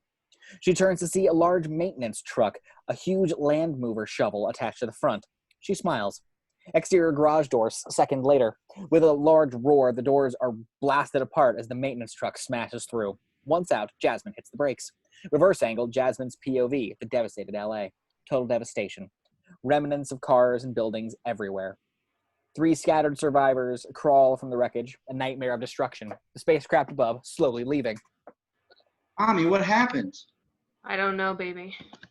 Cut to exterior desert refugee trailer camp day. We see dozens of trailers packing up their gear, some already on the road. Miguel talks to one of the drivers, then hurries away, running. Interior Brennan trailer, same. Russell wipes down Troy's forehead. He's burning up. Alicia brings over a cold compress. You know, you're just like your mother. She was stubborn too. I had to twist her arm to get her to take her medicine. I'm sorry, Dad. I'm not going to die like Mom, am I? You're going to be fine. Miguel comes rushing in, pulls Russell aside. Couldn't find anything. Everyone's packing up. They're leaving. Word is a spaceship is heading this way. We should leave we should leave too. There's a group heading south. They said there's a hospital just a couple hours away. I think we should follow them. Russell nods in agreement. A knock on the door. Alicia turns to find a handsome young boy, Philip, in the doorway, holding a bottle of pills. Penicillin. At least it will help keep his fever down. It's really nice of you to help us. I wish I could do more, but we're moving out. We're going to. Cool. Alicia nods, smitten. Philip smiles charmingly and leaves. Cut to interior Air Force One, same. Back in the passenger section, the president sits down with General Gray and Chief of Staff Nimzicki. The technician from the command module is briefing them. They must be targeting our satellites. We lost all satellite communication, tracking and mapping. Have NORAD relayed intelligence to our onboard computers? The technician nods and exits. Defeated, the president slumps sullenly. We've moved as many of our forces away from the bases as possible, but we've already sustained heavy losses. President nods his approval absently. Coming out of the bathroom, David overhears. I spoke with the Joint Chief when they arrived at NORAD. They agreed. We must launch a counteroffensive with a full nuclear strike. Hit them with everything we've got. Of American soil? If we don't strike soon, there may not be much of an America left to defend. The technician returns. His face is white with fear. What's the latest from NORAD? It's gone, sir. They've taken out NORAD. That's impossible. My God. The Vice President and the Joint Chiefs. Mr. President, we must launch. A delay now will be more costly than when you waited to evacuate the cities. That stings the president. He considers the option. David is shocked. You can't seriously be considering firing nuclear weapons. David, don't. David pushes past her. You fire nukes, so will the rest of the world. You know what kind of fallout that'll do? How many innocent people? The general gets up running interference. Constance tries to pull David back. Sir, I remind you that you are just a guest here. David, kid, please. This is insanity. You'll kill us and them at the same time. There'll be nothing left. Sit down and shut up. Suddenly, Moishe is on his feet, interrupting. Don't tell them to shut up. You'd all be dead at word from my David. You didn't do anything to prevent this. As everyone is about to besiege Moishe, the president tries to calm him down. Sir, there wasn't much more we could have done. We were totally unprepared for this. Oh, don't get me unprepared. Since 1950, whatever you guys have been doing with that spaceship, the thing you found in New Mexico. Dad, please. What was it? Roswell. You had the spaceship, the bodies, everything locked up in a bunker. Area 51. That's it, Area 51. You knew, and you didn't do nothing. For the first time in a long time, President Whitmore smiles. Regardless of what the tabloids have said, there were never any spacecrafts recovered by the government. Take my word for it. There is no Area 51 and no recovered spaceship. Chief of Staff Nimzicki suddenly clears his throat. Excuse me, Mr. President, but that's not entirely accurate. The president and General Gray turn to Nimzicki, shocked. Smashed and burned out cars laying against the roadway. Suddenly, smash! Jasmine's maintenance truck blasts through. Exterior highway, city limits, same. With the massive devastation in the background, Jasmine drives the maintenance truck down the highway. In the back, a few survivors she's found. In the back, 4 injured passengers lay across the flatbed as a thin, older man, Teddy, tends to them. Inside the maintenance truck, Jasmine spots a tall man, his clothes in tatters, running down the highway, his arms in the air. The end has come. He speaketh his word, and the end has come. Jasmine pulls up alongside him. Hop on, we're heading to El Toro. You cannot defy what has come. It is the end. The tall man moves off, screaming to the heavens. As Jasmine watches him drift away, she sees an overturned military helicopter. Still smoldering from the crash, a woman can be seen inside, still alive. Jasmine jumps out. Give me a hand. Teddy joins Jasmine as they pry the door open. Inside, the pilots have been killed. Mrs. Whitmore, the First Lady, lays there in great pain, blood across her blouse. Let's get her out of here. They erase her from the wreckage, laying her on the ground. Dylan comes over, standing next to his mother. He's bleeding pretty bad. Suddenly, we hear the click of a rifle cocking. Got the key. Jasmine turns to see a redneck leveling his rifle at her. Behind him, a small damaged sports car pulls up, packed to the gills with stolen, looted appliances.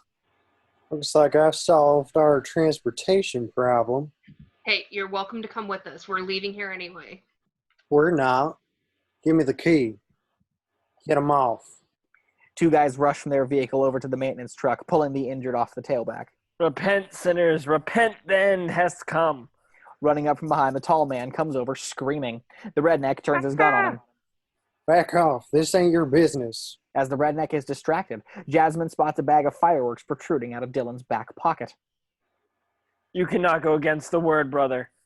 Sure I can. The redneck shoots the tall man. His buddies laugh. Now give me that key, bitch. As he turns back to Jasmine, Boomer starts barking wildly. Just as he turns to shoot the dog, Jasmine lights a key rocket from the fireworks bag. The rocket blasts into the redneck, his shirt igniting on fire. The redneck drops the rifle, attempting to put out the flames. His cronies rush to his aid. Jasmine picks up the gun and moves in on them. This bitch was born in Alabama with a daddy who loved to hunt.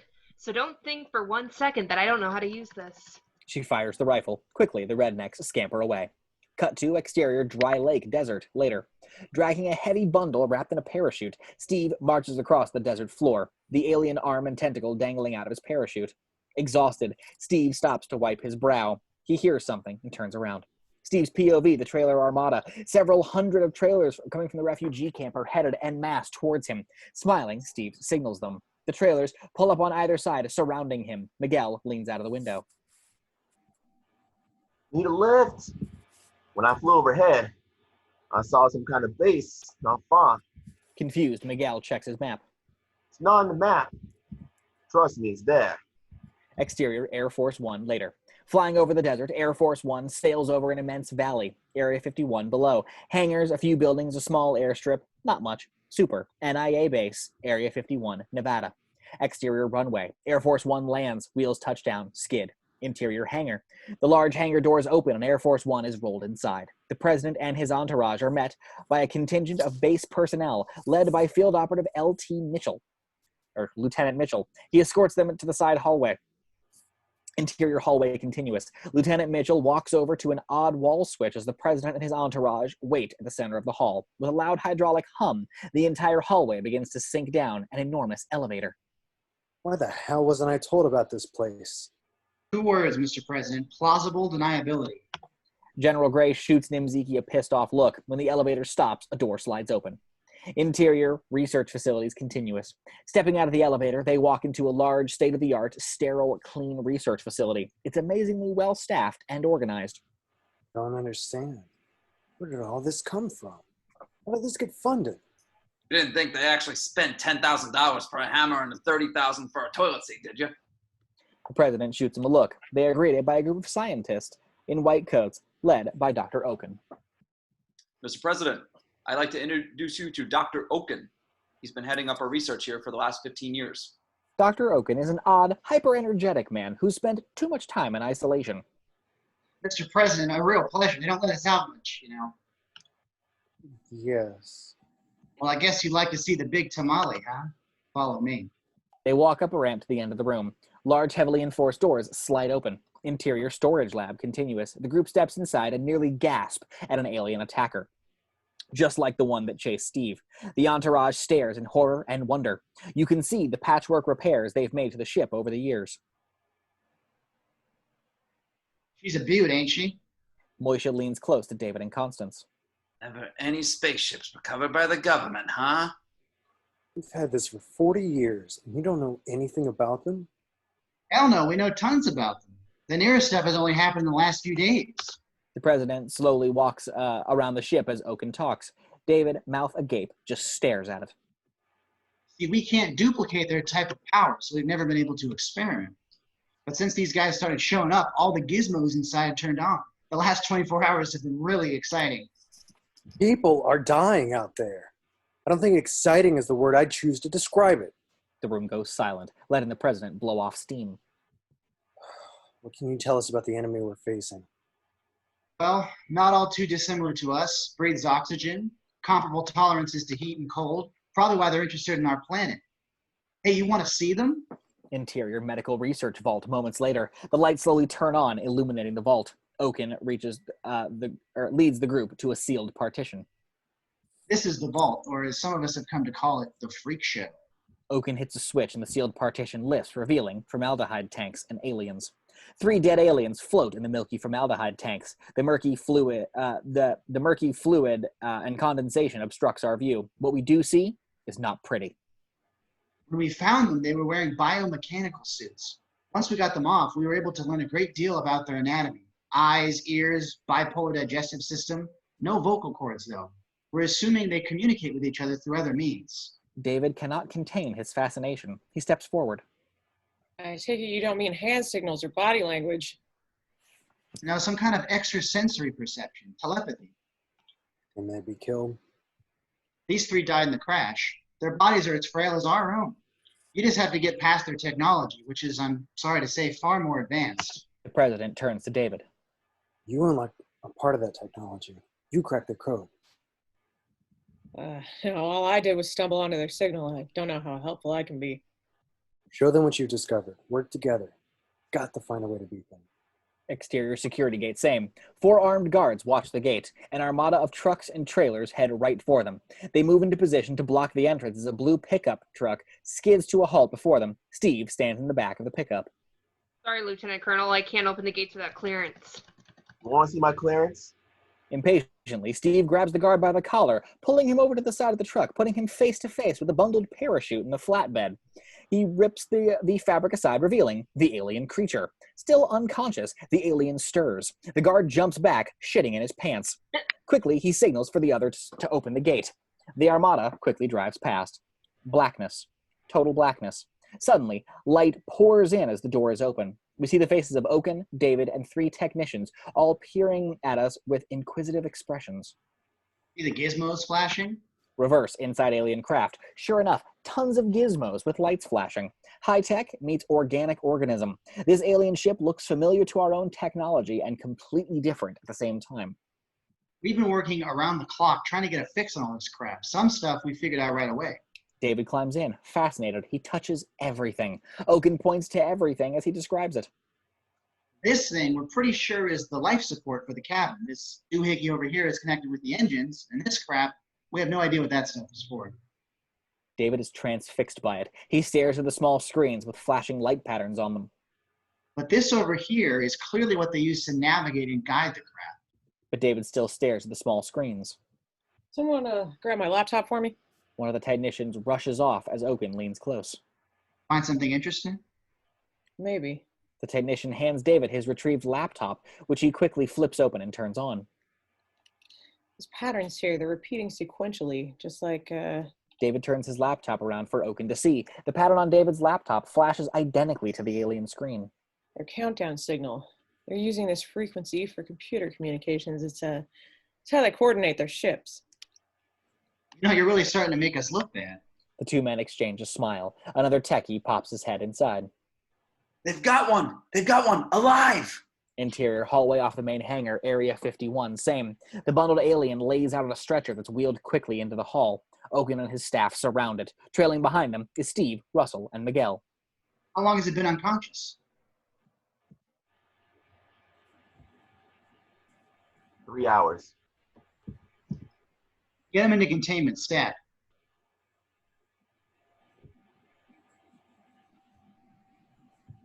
Russell.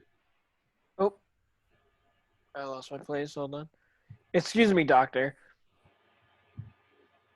Oh, sorry. My boy is very sick. He needs immediate attention. Okun ignores Russell, hitting the elevator switch on the wall. The room begins its hydraulic hum. He's dying out. I want him splayed down with saline. Russell slams his fist against the switch and the room stops. He grabs a doctor nearby and gets in his face. My boy is slipping into a diabetic coma. If you don't do something about it right now, he will die. Miguel is surprised and proud of Russell as he holds Dr. Isaacs, meaning business. O'Haver, Miller, come with me. Take us to him. Cut to exterior road, maintenance truck, night. Headlights pierce the darkness as the maintenance truck rolls to a stop. Jasmine climbs out of the truck, her face ashen. She walks past a sign reading El Toro Marine Corps Air Station. Tears begin to roll down from her eyes. We follow her gaze to see exterior El Toro Marine Corps Air Station continuous. The entire facility is smoldering, the last remnants of the fire burning itself to extinction. Jasmine is devastated. Cut to interior Area 51 Command Center, night. General Gray and Nimzicki are in a heated argument. You were the head of the National Intelligence Agency. You knew all about this. Where were you planning on informing the rest of us? It had been deemed classified. Christ, why didn't you say anything about this when they first arrived? You could have warned us before they launched a counterattack that cost hundreds of American pilots. Just then, the president enters along with Constance and some other advisors. He examines a paper map of the United States tacked to a wall, which every major city is circled in black. Atlanta, Chicago, and Philadelphia. And there are scattered reports of sighting all over Miami, Fort Worth, and Memphis. The president and his team take seats at the large conference room table. We've learned that NATO and the Western Allies installations were the first to be taken out. We were next. They knew exactly where and how to hit us. Gray sneaks an accusatory glare at Nimzicki. Our forces? We're down to approximately 15%, sir. If you calculate the time it takes for them to destroy a city and move on, we're looking at worldwide destruction of every major city within the next 36 hours. We're being exterminated. The room is quiet. Constance runs her fingers through her hair. The door of the room opens, and Lieutenant Mitchell enters with Steve. President, this is Lieutenant Colonel Stephen Hill. The president quickly gets to his feet, anxiously shaking Steve's hand. Lieutenant, congratulations. Thank you, sir. Where's the prisoner now? We have him in isolation. The doctors are very hopeful he will survive. I'd like to see him. Yes, sir. The general is concerned, but the president is determined. They head for the door. General, I'm anxious to get back to El Toro. Did anyone tell you? El Toro was destroyed in the attack. Steve is shattered. He had no idea. Cut 2. Exterior El Toro base. Night. The injured are gathered around in a small campfire. Jasmine walks up, dumping a box full of charred canned goods. These should last us a while. As Margaret tries to move, she winces in pain. Jasmine rushes to her aid. The color from her face is drained. Margaret looks like she's taking a turn for the worse. Don't move. Stay still. Jasmine adjusts the bandages as Margaret turns to see Dylan curled up next to Boomer. Too adorable. Slowly, he starts to wake up. Your son? He's my angel. Was his father stationed here? He wasn't his father. I was kind of hoping he'd want the job, though. Jasmine becomes sad, remembering. Margaret changes the subject. So what do you do for a living? I'm a dancer. Really? Ballet? No, exotic. Oh, sorry. Don't be. I'm not. It's good money. Besides, he's worth it. The bandage is changed. Jasmine sits down next to Margaret. And when the dancing's over, what about your future? Funny, it used to scare me when I thought about the future. Guess it doesn't really matter anymore. Dylan comes walking over. Dylan, come here. I want you to meet the First Lady. I thought you didn't recognize me. I didn't want to say anything. I voted for the other guy. To interior containment lab night. Okun and 2 medical assistants examine the alien creature. His arms and chest have been strapped down to the examining table. For the first time, we get a good look at the head of this creature. Long tentacled type cords interlocked, covering the face. The doctors attach clamps to each of the cords. Everyone ready? The doctors exchange nervous glances, nod to each other. At the same moment, they all put on the clamps, unraveling the interlocking cords. As the cords unravel, we see that this is in fact a biomechanical suit as we reveal the actual alien. Beneath the cords lay an unconscious face of the alien, his skin translucent, his body fluids, capillaries, muscle tissue, all the alien's skin. Do we have life support monitors recording? Yes. If you fuck up, it'll all be on tape. Can we get some ventilation here? I can't take this smell. We've conquered space travel, but not BO. As Okun begins to put a pair of surgical gloves on, he suddenly grabs his forehead. You all right? Yeah, it's just that sting gives me a headache. It's moving. Instantly, everyone's attention is riveted to the arm of the alien as it moves beneath the sheet. Unseen by the others, the alien creature's eyes open. Another sharp pain hits Okun, who screams, stumbling backwards, grabbing his head. The others turn in surprise. The alien suddenly springs up, the restraining straps snapping. Before Med 2 can react, one of the alien's tentacles smashes her across the face. She is sent sprawling backwards. Low angle, the alien standing before her. In the wink of an eye, he attacks, leaping on her. Together, they tumble back in the formaldehyde tank. Hoses are ripped from their sides and steam pours out. We get quick glimpses of their struggle as the steam engulfs them. Interior hallway, same. Mitchell leads the presidential party down the hall. They turn and enter the medical lab. Interior containment lab continuous. The group slows as they enter the room. We see the containment room through the glass is covered with white steam. Nothing can be seen. It's eerily quiet. Cautiously, they approach.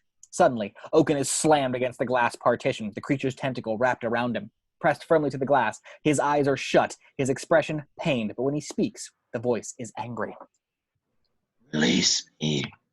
Open the door. Get him out of there. Suspiciously, General Gray stops him. Wait. Can you hear me? We'll kill. Release me now. They follow the tentacles with their eyes up to the ceiling of the containment tank. Suddenly, the alien leaps down, startling them, landing before them behind the glass. We see he's holding Okun against the glass. Through him. The first real good look we get at the bizarre creature. Everyone in the room is repulsed and compelled by it at the same time. Exterior Area 51 night. Through the hundreds of campers and trailers parked outside, Steve runs past until he reaches the open tarmac. A transport helicopter sits at the edge of the landing area. Steve runs up and climbs inside. Interior transport helicopter continuous. Steve quickly starts the engine, preparing to take off. A soldier rushes over to the cockpit. "The hell are you doing? Get out of there!" I'm just going to borrow it. The soldier pulls out his pistol, taking aim. "No, you're not, sir." You really want to shoot me? Steve stares the soldier down. Reluctantly, he lowers his gun. "Shit, I'm going to catch hell for this." Steve smiles and gives him a quick salute, then takes off. Quickly, the bird rises up and darts into the night. Interior medical lab, same. The president has moved closer to the glass and is talking with the alien. The alien uses Okun like a ventriloquist dummy.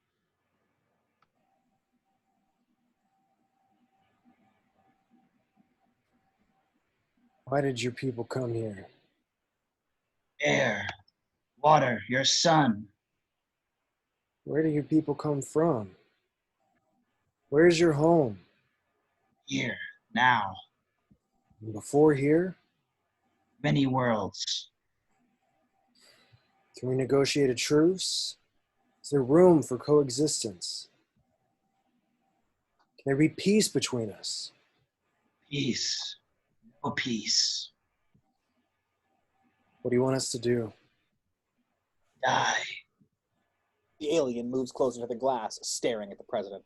Suddenly, the president clutches his head in pain. The president. They'll kill you all. The pain becomes more severe and the president screams out. There's a general panic as people rush to the president's side. Is that glass bulletproof? Oh, sir.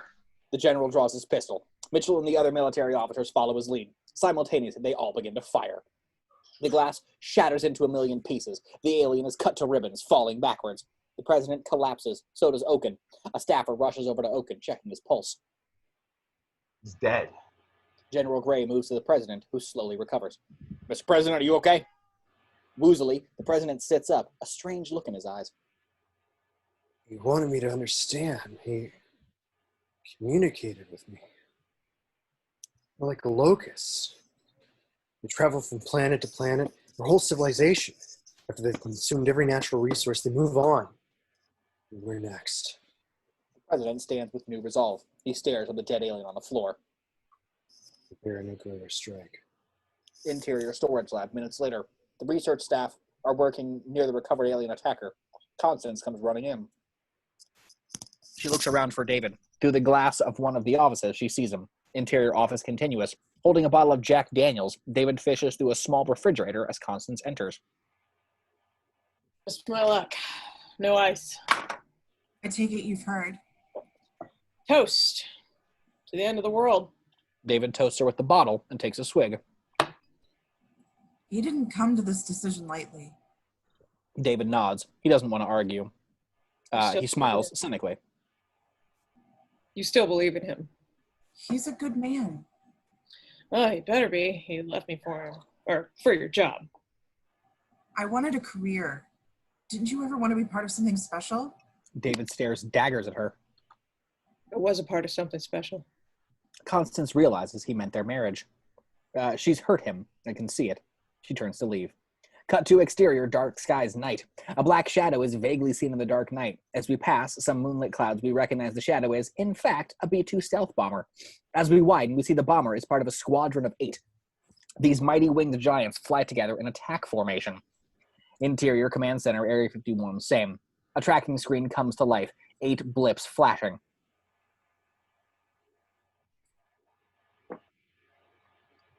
We've got the AWAC online. Signals coming low. The president's group take their position behind the technicians. Exterior, black skies, night. The 8 B-12 bombers break formation, each heading off in a different target destination. Interior Command Center, same. On a large map, we see the 8 target destinations and the planes heading for them. Who will we reach first? Houston, Texas. Intercept ETA. 6 minutes and counting down. God, Houston. The major cities have been deserted. Civilian casualties should be at a minimum, sir. One map screen enlarges, tracking the bomber en route to Houston.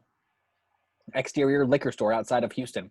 Looters take all they can carry through the broken glass storefront. A large, heavily armored tank rolls up front. Interior, armored tank, same. Nervous military technicians work equipment as their tank commander pulls down the periscope. Tank commander POV. Spaceship over Houston. Through the periscope crosshairs, we see downtown Houston, the city destroyer spaceships setting in above it. Exterior B-2 stealth bomber, same. Silhouetted against the shimmering waters of the bay. The stealth bomber can be seen as it approaches Houston. Interior bomber cockpit, same. The flight crew works their computers, similar readouts to the one seen at the command center. The multifunction display, MFD, flashes before each crew member. We have laser targeting locked. Interior command center, same. Target is locked, sir. You wish to deploy? Everyone turns to the president, who does not answer. Mr. President, do you wish to deploy? Still, there is no answer. Mr. President. Exterior B-2 stealth bomber. Weapons bay, same. The bay doors open and a large tactical nuclear cruise missile drops down, flies parallel with the bomber as if it adjusts its radar and laser tracking. Suddenly, it shoots off. The bomber banks away. Interior B-2 stealth bomber, same. We see the horizon twisting away as we bank off from target. She's away. On the big map, we see the flashing target line tracking the missile as it approaches Houston. Children, forgive us. Interior armored tank outside Houston, night. The tank commander readjusts his periscope. Tank commander POV, spaceship and B-2 stealth bomber. We follow the cruise missile as it guides itself on a direct collision course with the spacecraft. Interior command center, same. The targeting map shows how close the missile is, nearly on top of target. Everyone in the room holds their breath. Exterior spacecraft, same. The nuke speeds closer. It hits the protective shield and detonates. A flash of light. Wide angle on Houston, with the B-2 bomber in the foreground. The city behind it vanishes in a flash of light, blinding us. Interior command center. We see the extent of the explosion and the targeting map, tracking it, an expanding ring around Houston. It's a hit. The others are still waiting. The monitor shows the night vision picture of the growing mushroom cloud rising above the city. Exterior Houston, wide, same. The mushroom cloud engulfs the horizon. Inside the armored tank, it's rocked by a large explosion. The shockwave rocks the armored tank, but doesn't destroy it. The men inside are knocked around hard from the explosion. Interior command center, same. We got the bastards. General Gray shoots Nimzicki a look. The president holds up a hand, silencing the room. Can I see it? Did it destroy the target? Tank commander's POV through periscope. As the cloud begins to dissipate, we see the spacecraft is still there, completely unharmed. Interior armored tank, same. Negative. Target remains. Interior command center, same. On the monitors as well, we can see the target remain. The air is let out of the room. Everyone deflated. Call them back. The other bombers might have more luck. We shouldn't just give up. I said call them back. As the technicians call the bombers away, the president sinks into a depression. His last hope of survival is gone. Cut to Toro Marine Corps Air Station, night. Jasmine keeps Margaret company as the rest sleep around the last flames of the campfire. From the wounded expression on Jasmine's face, we can tell that Margaret has gotten worse, her wounds bleeding badly. A wind kicks up, the sound of an engine approaching. Jasmine squints her eyes, looking up into the wind of a bright light as it engulfs her. Jasmine's POV, bright lights in the sky growing nearer. Slowly the others begin to wake up, frightening as the lights intensify. The others slowly begin to retreat, but Jasmine stands, staring defiantly.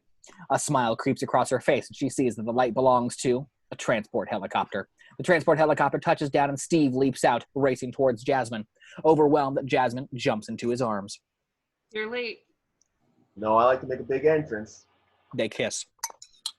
2. Interior hallway, night. The double doors burst open as the president, carrying a young daughter, marches through. Dr. Isaacs comes over to them. How is she? I'm sorry, Mr. President. If we could only have gotten to her sooner. The president puts his daughter down as he sees from the president's POV. Margaret, laying in her bed, doctors and nurses surrounding her. Patricia rushes over. She's bleeding internally. There's nothing else we can do. Stunned, the president watches as Patricia hugs her mom. Hiya, Munchkin. Mommy, we were worried. We didn't know where you were. I'm right here, baby. Recovering, the president nods for the doctors to leave the room. As they begin to march out, he makes his way over to his wife and daughter. Honey, why don't you wait outside so Mommy can get some rest? Patricia kisses her mother, says goodbye, and leaves. Out of sight, Margaret winces, fading away. The president grabs her hand for support. She squeezes tightly. I'm scared, Tom. It's okay. Doctor said you're going to be just fine. Margaret smiles at the man she knows all too well. Liar. The look between them says more than any words. Interior hallway outside of Margaret's room later. The president exits the room, overcome with emotion. Constance, the doctors, and some medical crew move to comfort him. He holds them off with a gesture. He looks up and sees Jasmine, Steve, and Dylan coming down the hall. He pushes through the crowd to make his way over to them. I'm so sorry. I just wanted to thank you. You're a very brave woman. Across the hall, Patricia sits in a chair, waiting. Whitmore walks over to her and kneels down next to his small child. Mommy sleeping now? Yes, baby. Mommy's sleeping. Fade out. A garbage can topples over with a bang. Footsteps in and starts kicking trash all over. Area 51, night. David is drunkenly kicking everything over, making a gigantic mess. Moishe comes up from behind, restraining him. David, what the hell are you doing? Making a mess. This I can see. We gotta burn the rainforest, Pops, dump toxic waste, pollute the air, rip up the ozone. Maybe if we screw this planet up enough, they won't want it anymore. David, you're drunk. David slips and falls on his ass hard. Moishe helps him back up to his feet. I think you better sleep this one off, huh? Go back inside before you catch a cold. Slowly, David looks up and towards Moishe, an idea. Pops, you're a genius. What'd I say? Cold, of course. Sobered, David jumps, kisses his father, and bolts inside. Cut to interior storage lab day. A large crowd has been gathered here in the lab. General Gray and Nimzicki walk up to Constance. All right, Connie, we're here. What's this all about? I really have no idea. He just said to bring everyone down here. Steve shows Dylan the alien spacecraft. Is that thing flying out of space? Steve looks up at the craft admiringly. Certainly does. When the president enters, a technician rushes over and knocks on the hatch door of the alien attacker. The door swings open, and David climbs out. Grabbing a Coke can from the recycled trash bin, David places the empty can on top of the alien attacker. David then turns to face the gathering. Everyone, please step away from the craft. They do, and David nods to a technician inside the craft. The technician departs inside, closing the door behind him. A loud hum emits from the craft. David has to yell over it. Lieutenant Mitchell, do you mind drawing your pistol? What? From where you're standing, you think you could shoot that can off the alien craft? Mitchell shrugs affirmatively. David gestures for him to try. Taking aim, Mitchell shoots. The bullet ricochets off of the attacker's protective shield. Several people in the crowd duck, afraid of being hit by the errant bullet. Sorry about that. My bad. You see, it's protected by the craft shields. We can't penetrate their defenses. We know that already. What's your point? David walks over to his laptop, now connected directly to the craft by cables, and starts typing furiously. The point is, if we can't beat their defenses, we must get around them. David stops typing and stares at his wristwatch, silently counting down.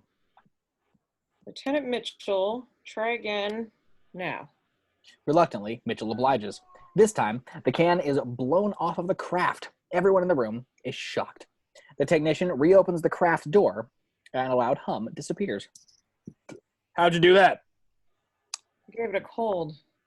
The president is fascinated. He steps closer. Moishe beams proudly at his smart son. Constance is amazed. I gave it a virus, a computer virus. David turns his laptop around for the president to see. What, are you telling us you can send out a signal that'll disable all of their shields? Just as they used our satellites against us, we can use their own signal against them. David walks over to a diagram he's made showing the relationship between the mothership, the spacecrafts, and the smaller alien attackers. If we plant the virus directly in that mothership, it would then filter down to all the corresponding ships below. And just how do we infect the mothership with a virus? David gestures to the alien attacker behind him.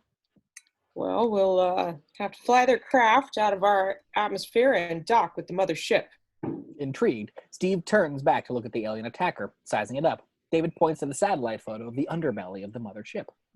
We can enter here, upload the virus, and set off an explosion that could disable it. This would disorient the smaller ships below and buy you guys some time to take them out and do your stuff. Constance reacts, realizing David's participation in the plan. This is ridiculous. How long would their shields be down? Once they discover the virus, it could be a matter of minutes. You want us to coordinate a massive worldwide counterstrike with a window of only a few minutes? With their shields down, it might be possible. Please, you're not buying into any of this nonsense, are you? We don't have the manpower or the resources to launch that kind of a campaign. Not to mention that this whole cockamamie plan is dependent on a machine that no one in the world is qualified to operate. I wouldn't say that, sir. Everyone turns to Steve, who steps through the crowd. I've seen them in action. I watched the maneuvers. With your permission, sir, I'd like the opportunity to try. That thing's a wreck. It crash landed back in the 50s. We don't even know if it's capable of flying. David turns to the technicians. Remove the clamps, please. The technicians move the large holding clamps on either side of the craft. With a loud clank, the clamps are pulled away. For a moment, the hulking craft teeters unevenly, but quickly stabilizes, floating above them. Any other questions? Everyone stares at the floating ship with wonder. Let's do it. Interior hallway moments later. Constance, General Gray, and the President are walking down the hall. Nimzicki rushes to catch up. I understand that you're upset over the death of your wife, but that's no excuse for making another fatal mistake. President whirls, grabs Nimzicki, and slams him against the wall. Holding him tight, the President gets in his face. The only mistake I made was appointing a sniveling little weasel like you, Chief of Staff. Constance is about to intervene when General Gray stops her. But this is a mistake. I'm thankful to say I do not have to live with. Mr. Nimzicki, you're fired. The President releases him and turns to General Gray. Organize every plane you can find and get some goddamn pilots to fly them. Yes, sir. He storms off, leaving everyone stunned. He can't do that. He just did. Cut to interior military tent continuous. 4 British air pilots are gathered around a table going over a map. One pilot, Reginald, is in charge. We've been told that there may be additional reinforcement in hiding near the Golden Straits. Suddenly, the flap in the tent opens. All the pilots draw their pistols, frightening the Arab pilot who stands in the doorway. The Arab pilot speaks quickly in Arabic. What the hell is he saying? Means they're getting a signal, one Morse code. Exterior dry lake seconds later. As they step out of the tent, we see more than 100 fighter planes from different nations parked around them. They have all gone into hiding out here in the desert, dividing into many smaller camps. Reginald and Thompson follow their Arab cohort, walking through many other campsites. Thompson gets some stares from the Iraqi pilots. I still can't believe this. The Iraqis don't appear altogether too pleased with this arrangement. How do you think the Israelis feel? Sure enough, a campsite of Israeli pilots sits very nearby. Angle, Arabian Air Force camp. Dozens of Arab pilots are gathered around a large radio as Morse code comes through. Thompson kneels quickly down, taking notes. It's from the Americans. They want to organize a counteroffensive. About bloody time. What do they plan to do?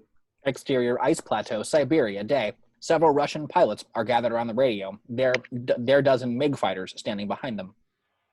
They claims to be able to bring down their own shields. When do they want to attack? Exterior volcano base, Fuji, day. At the base of a large volcano in Fuji, several Japanese attack helicopters stand near their pilots, gathered around a radio. The attack begins in 13 hours. Cut to Area 51, War Room, day. A large world map has been constructed. Several sites are marked with stickers reading Combat Ready. Another sticker is put under Mount Fuji. Striding in, the President surveys the war room. General Gray rushes over to meet him. What are we doing? They're better than we thought. General Gray leads the President over to the wall map. We have confirmed divisions of troops from different armies all around the world. Most of Europe, the Middle East, and Asia are battle ready. Our troops here? We've been collecting planes from all over, but... For what, General? Pilots, sir. We don't have enough people to get them in the air. And find them. Cut to interior Brennan trailer, night. Troy is sleeping peacefully in bed. Russell sits at the kitchen table as Miguel enters. How's he doing? Just fell asleep. He's gonna be just fine. Join me in a little celebration. Russell holds up a bottle of Jack Daniels. Clearly, he's been drinking again. Miguel is crestfallen. Pissed, he turns and storms out. Miguel, don't be mad, Miguel. Drunkenly, Russell chases after him. Area 51 refugee camp continuous. Making his way through the campers, Russell sees a group of refugees around some military officers who address them. We're planning to launch a counteroffensive. Russell wanders over to them. With our depleted manpower, we must ask that anyone with any flight experience come forward. Military training is preferable, but anyone who can fly a plane would be useful. Russell pushes his way through the crowd. I can fly. I mean, I'm a pilot. The officer just stares at the bottle of Jack Daniels still in his hand. Sorry, sir. Russell gets in his face, desperate. You don't understand. I've gotten to be part of this. This is important to me. They ruined my life. Why don't you go somewhere and sleep it off? The officers move on, taking a few volunteers with them. Russell watches them go, dejected. Angrily, he throws the bottle of Jack, smashing it. Interior storage lab night. A large missile slides back into a launcher that has been attached to the top of an alien attacker. Some workers paint over the patchwork repairs. Below, Mitchell briefs Steve and David. Fit the launcher in the ship's manifold. Mitchell takes a small black box from a table nearby. This will be attached to the ship's main console. It's just like an AMRAAM launch pad on the steps. Exactly. Use it the same way. Only the nuke won't detonate on impact. You'll have another 30 seconds to get as far away as you can. We'll see how they're doing with the radio transmitter. Oh shit, we're late. We'll meet you there. Steve dashes off as David moves towards the attacker. Constance has been eavesdropping. She walks to David. 30 seconds? Isn't that cutting it a little too close? Oh, we'll be well on our way out of there before we shoot that thing off. David leans under the attacker where a technician is attaching another device. It's the strongest SHF transmitter we can get. It'll tell us when you've uploaded the virus. And cross your fingers the shields go down. David turns and walks away, Constance following. With you, I don't understand why you can't just show someone how to plant the virus. Somebody trained for this kind of mission. If anything goes wrong, I have to think quickly and adjust the signal. Who knows? David stops, picking up a small trash can labeled recycle. You know how I'm always trying to save the planet? It's my chance. David rushes off. Constance watches him leave. Now he gets ambitious. Interior small gathering hall, same. Jasmine is kneeling as Dylan tries to zip up the back of her dress. It's too tight. I had to borrow it. I guess that's good enough. Jasmine stands and turns to Dylan. So I look. She looks great, but Dylan can only give her a so-so hand gesture. You're a lot of help. The door behind her flies open and Steve marches in. You're late. You know me. I know you like to make a big entrance. Steve moves next to Jasmine and takes her hand. Before we do this, I want you to know I'm sorry. Sorry for what? Should have done this a long time ago. You have the ring? As we reverse angle, we see we are at a military chapel, a large crucifix on the wall. A chaplain stands at the altar. You bet. Steve pulls out the famous dolphin ring. Witnesses? Just then the doors open and David and Constance enter, taking seats on opposing sides of the aisle. Then let's get this show on the road. Steve and Jasmine take their places at the altar. Jasmine is radiant. Dylan rushes up and joins them. As the ceremony begins, David and Constance share a pregnant glance. Slowly they reach across the aisle and hold hands as Steve and Jasmine exchange their vows. Cut to hangar doors pre-dawn. Slowly spread apart, revealing the myriad of different planes that have been gathered. Pilots, flight crews, and refugees prepare for battle. Exterior, Area 51, tarmac, pre-dawn. Walking out, the president scans the motley collection of planes. Old, new, high-tech, low-tech. Beggars can't be choosers, sir. Nodding in agreement, the president walks among the rank and file. Slowly, they turn their attention to the president. Good morning. In less than 1 hour, planes from here and all around the world will launch the largest aerial battle in the history of mankind. The word has new meaning for all of us now. We are reminded not of our petty differences, but of our common interests. Constance, David, and Moishe join the group, listening. Even David is moved. Perhaps it's fate that today, July the 4th, we will once again fight for our freedom. Not from tyranny, persecution, or oppression, but from annihilation. We're fighting for our right to live, to exist. From this day on, 4th of July will no longer be remembered as an American holiday, but as the day that all mankind declared, we will not go quietly into the night. We will not vanquish without a fight. We will live on. We will survive. The crowd erupts into applause and cheers. The president turns and walks over to an officer holding a bundle of clothes. General Gray confronts the president as he begins to disrobe. Mr. President, just what do you think you're doing? I'm a pilot, Will. This is where I belong. General Gray wants to argue, but can't. Interior storage lab, same. Constance and David embrace as Steve turns to Dylan. When I'm back, light those fireworks. Jasmine hugs them both as Moishe walks over to David. David, take these. David looks down at the barf bags in Moishe's hand. Thanks, Pops. I want you to know I'm very proud of you, son. That means more to David than Moishe could have known. Be careful. Constance hugs David as Steve suddenly freaks out. Damn it, you can't go yet. I gotta find some cigars. Steve is about to bolt when Moishe grabs him, retrieving 2 cigars from his coat pocket. My last 2 with my blessings. Lifesaver. Steve grabs them and climbs inside. David smiles awkwardly, then follows Steve. Interior, alien attacker continuous. The hatch shuts, and David takes a seat next to Steve, who hands him one of the cigars. Hang on to this. It's all for a victory dance, but not until we hear the fat lady sing. Reluctantly, David takes it. As he does, Steve notices the barf bag on David's lap. Off of Steve's look. I have a confession to make. I'm not real big on flying. Ray. Interior storage lab, same. Constance and Jasmine join the others behind the observation glass outside the room as the attacker prepares to lift off. Part of the ceiling suddenly peels away, revealing an enormous shaft leading topside.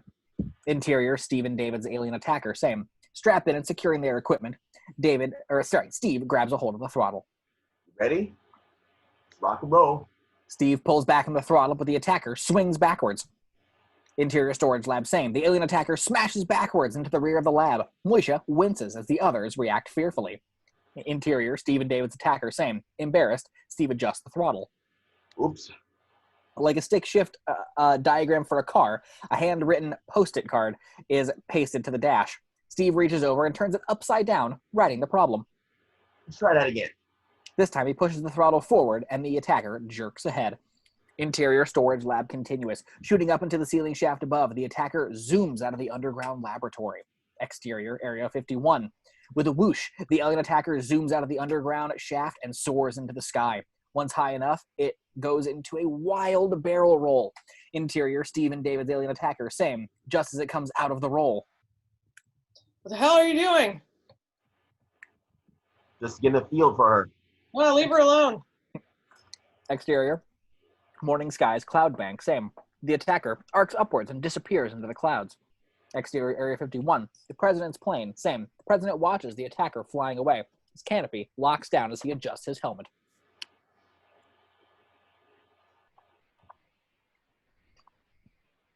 Ray, you read me? Roger, Eagle 1. Our primary target has shifted course.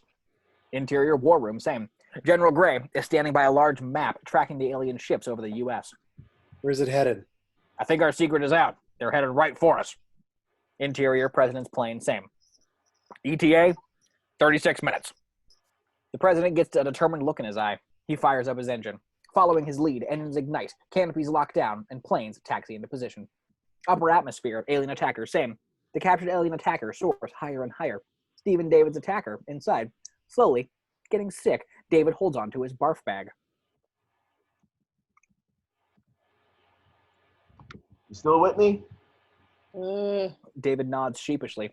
Steve's eyes go wide with wonder as the ship climbs up to the edge of the atmosphere. I waited a long time for this. The ship begins to shake, rattling harshly as it climbs. Through the window, we see the blue sky evaporate. Slowly, a field of stars take its place. This is the moment Steve has wished for his entire life. He's not disappointed. David, however, is not so thrilled.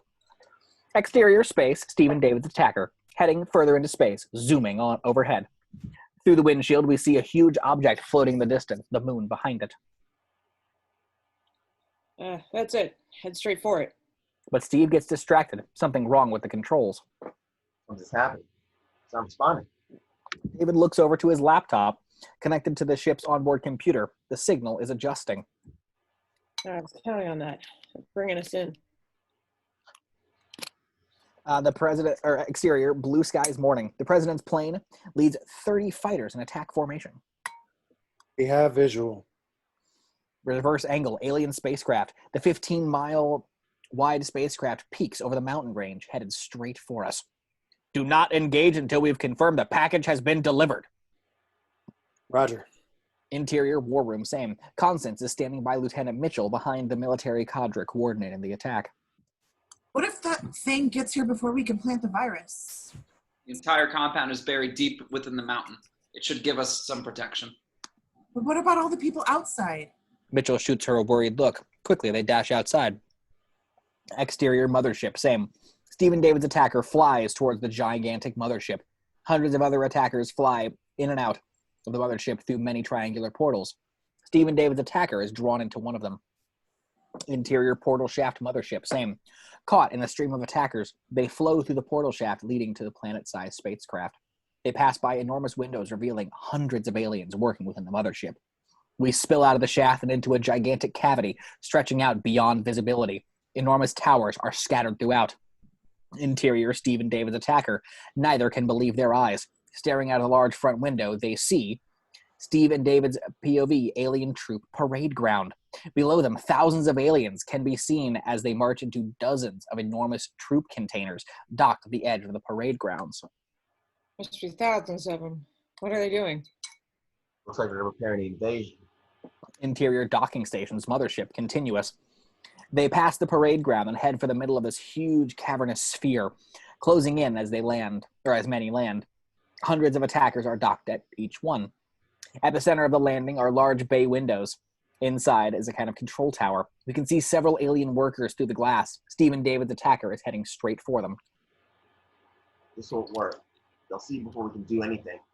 Lifting up another handwritten card labeled window, David pushes the button underneath.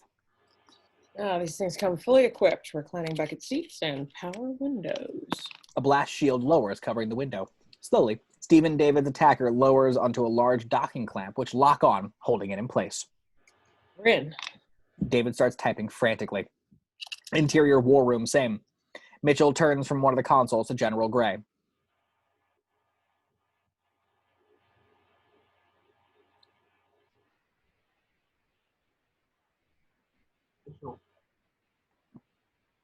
He's uploading the virus. Eagle 1. Exterior blue sky, same. The presidential attack squadron is zeroing in on a target. The package is being delivered. Stand by to engage. Roger. Exterior Area 51. Brennan trailer, same. Alicia struggles to drag out a large duffel bag. Philip, the boy who brought the penicillin earlier, rushes over. Let me get that. He grabs the bag for her. Alicia smiles. Miguel helps Troy down from the trailer. As they rush away, Miguel turns to Philip. Where's Russell? Angle on the hangar, entrance to the compound. Constance, Jasmine, and Mitchell are helping to usher the refugees into the compound. Hurry, we've got to get everyone inside. Constance looks up and sees off in the distance the alien spacecraft, piercing the horizon, coming over the top of the distant mountain, headed right this way. Interior, Stephen David's attacker, same. David finishes typing. His screen on the laptop flashes. Upload complete. The virus is in. All we can do now is pray. Exterior blue skies, American fighter, same. Delivery complete. Engage. Roger that. The fighter jets gun it and overtake the smaller planes in front of them. Below the president's plane, the weapons bay doors open, and a large ring AMRAAM missile drops down, computes its target, and darts off. Interior war room, same. Mitchell and General Gray move over to a monitor showing visuals from the president's plane. They see a missile moving towards target. Keep your fingers crossed. Exterior American fighter, same. The pilots watch nervously as the missile nears its target. Come on, baby. Angle on the AMRAAM missile. Just as it gets to the shield perimeter, the missile explodes. The shields are still up. Interior war room. They watch the missile blow up harmlessly. Deflated, General Gray grabs the mic. It didn't work. Disengage, sir. Get your people out of there. Exterior president's plane. The president is not ready to give up. Not yet. Below his plane, another missile drops down and darts off. Angle on the missile. This one goes past the point of the previous explosion. It moves in closer and closer. Suddenly, it hits the side of the ship. A huge explosion rips off part of the side of the immense ship. Interior war room. We see the explosion on the monitor. Everyone in the room cheers. You did it! A direct hit! Exterior blue skies, American fighters, same. The pilots are thrilled. We're going in. Squadron leaders, take point. The fighters break off into 6 groups of 5. One by one, each fighter drops a missile. They follow dozens of missiles on their way to the spacecraft. The attacker doors open, and dozens of alien attackers shoot out, spreading wide. Guided missiles explode as they hit the city destroyer, damaging the outer hull. The attackers go after the American fighters. The 6 groups split wide. An aerial dogfight ensues. Exterior Area 51 refugee camp. Miguel searches for Russell as the refugees run for the hangar. Russell! Miguel gets swept up in the tide. As the last of them enter the hangar, 2 alien attackers arrive behind him, strafing the ground. The row of trailer homes explode one after the other. Angle elevator hallway back of the hangar. Constance ushers the guard into the elevator hallway. Packed into the hallway together, they are panicked at the sound of nearby explosions. As the last one is safely inside, Constance turns back and sees Constance POV. The attackers fire at the front half of the hangar as it explodes. Constance is knocked back against the wall. She activates the elevator, and the room begins to sink. As the hallway submerges, the entire hangar comes crashing down behind them. Interior war room, same. Over the monitors, the general observes the aerial battle. The room, too, rocks from explosions. The monitor flicker. Interior, Steve and David's attacker. Steve struggles with the controls, but is getting nowhere. Get us out of here. Can't shake her free. Exterior, Steve and David's attacker. Though the attacker guns its engine, the clamps below hold tight. Inside the attacker, David moves over to the computer to see if he can help. Suddenly, the large window slowly begins to drop down. What are you doing? Not me, they're overriding the system. The blast shields continue to peel away. David and Steve drop down below the dash, hiding from view. The view becomes more unobstructed as we see, the POV through the window, the landing. Several aliens looking across at us from the large bay window of the landing's control tower. Damn. David leans from his hiding position and sees several other alien attackers are moving in on them. They are surrounded. Checkmate. Interior Area 51 research facility, same. Like images from England during the Blitzkrieg, the refugees are huddled on the floor, the lights flickering and the muted sounds of the distant explosions. Miguel moves through the refugees, searching for Russell. A yarmulke is unfolded. As it is lifted, we realize Moishe is putting it on. He holds his hands with people around him and begins to pray. Nimzicki moves in next to Moishe. Moishe takes his hand. Not Jewish. Nobody's perfect. Angle on Philip and Alicia as another bomb rocks the room. Alicia moves closer to Philip.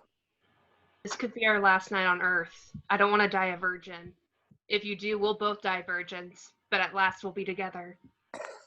Alicia smiles. A nice guy at last. Exterior Area 51 spaceship, Sam. The City Destroyer spaceship is settling just above the compound as the American fighters circle it, chased by the other attackers. Below, the schism begins to open. Interior war room, same. In all the commotion, no one notices as Miguel sneaks inside. We're running out of missiles, sir. We're just not causing enough damage. Exterior, the president's plane, same. They're getting ready to fire the big gun. You're going to have to find a vulnerable spot and fast. Got an idea. Keep him off my tail. Taking the advice, the president dives. He's met by 2 flanking fighters, Eagles 9 and 2, as they cruise the underbelly of the city destroyer. Sure enough, the schism is opening, preparing to fire the wall of destruction. Let's take him out before they take us out. The president locks the schism hatchway into the center of his HUD. As he fires, Eagle 9 is blown out of the sky. It rocks the president, sending the missile off target. Off balance, the missile hits just wide of the hatchway and explodes, rocking the entire ship. Amount of missiles. Eagle 2? I'm on it. Before he can target, his fighter explodes. Interior hallway, same. The lights continue to flicker. Jasmine grabs onto Dylan and Patricia, holding them tight. Interior war room continuous. On the monitor, we see the schism and the bright lights as several fighters fly past. We're out of time, sir. Get out of there. Get as far away as you can. Exterior president's fighter, same. Pissed, the president refuses to give up. Doesn't anyone have any damn missiles left? Sorry, I'm late, Mr. President. The president spins and sees darting out of the clouds Russell's old biplane. Russell zooms past the president and alien attackers, barely missing their fire. Who is that? What are you doing? It's okay, sir. I'm packing. We see a large missile propped up in the seat behind him. The light on it flashes, armed. Interior war room, same. Just keep those guys off me for a few more seconds. Hearing his voice, Miguel is shocked. He moves closer to the monitors. Exterior city destroyer, same. The remaining fighters lay down cover fire for Russell's old bi-wing. Russell heads directly towards the schism. Interior war room, same. Everyone is gripped to the screen as we see it getting closer and closer to the closing bay doors. Miguel is aghast. Do me one favor. Who is that guy? Russell! Miguel races over to the microphone, attempts to grab it. Tell my children I love them. Very much. Exterior city destroyer, Schism, same. Russell nears the schism, a hail of alien firepower erupting all around him. Dad, no! Russell smiles at being called Dad. I've got you, kid. You were always better at taking care of them than I was. Well, anyways. Russell turns off his radio as he banks upwards towards the open schism. The climb is steep, but the bywing nearly stalls out. Suddenly, the bright light vanishes and the beam begins to fire. Russell's bywing makes it just inside the open schism and disappears from view. Hello, boys. I'm back.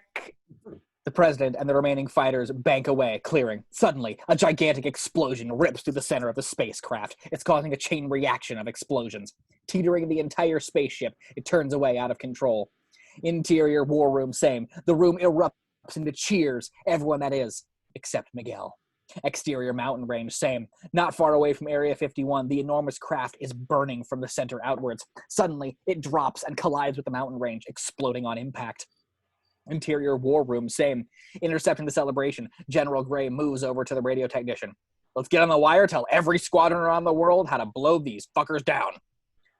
Interior, Steve and David's attacker, same. Sitting below the dash, Steve takes out his cigar and hands it to David. I guess there's nothing left to do. Just nuke 'em. David realizes they're both about to die. He stares at the cigar. It's funny. I always thought things like this would kill me. They share a quick, sober laugh. Nice meeting you. You too, Steve.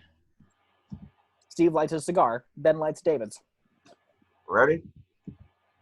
Exterior of the attacker. Popping up behind the dash, cigars in their mouth, Steve and David start to wave goodbye like idiots.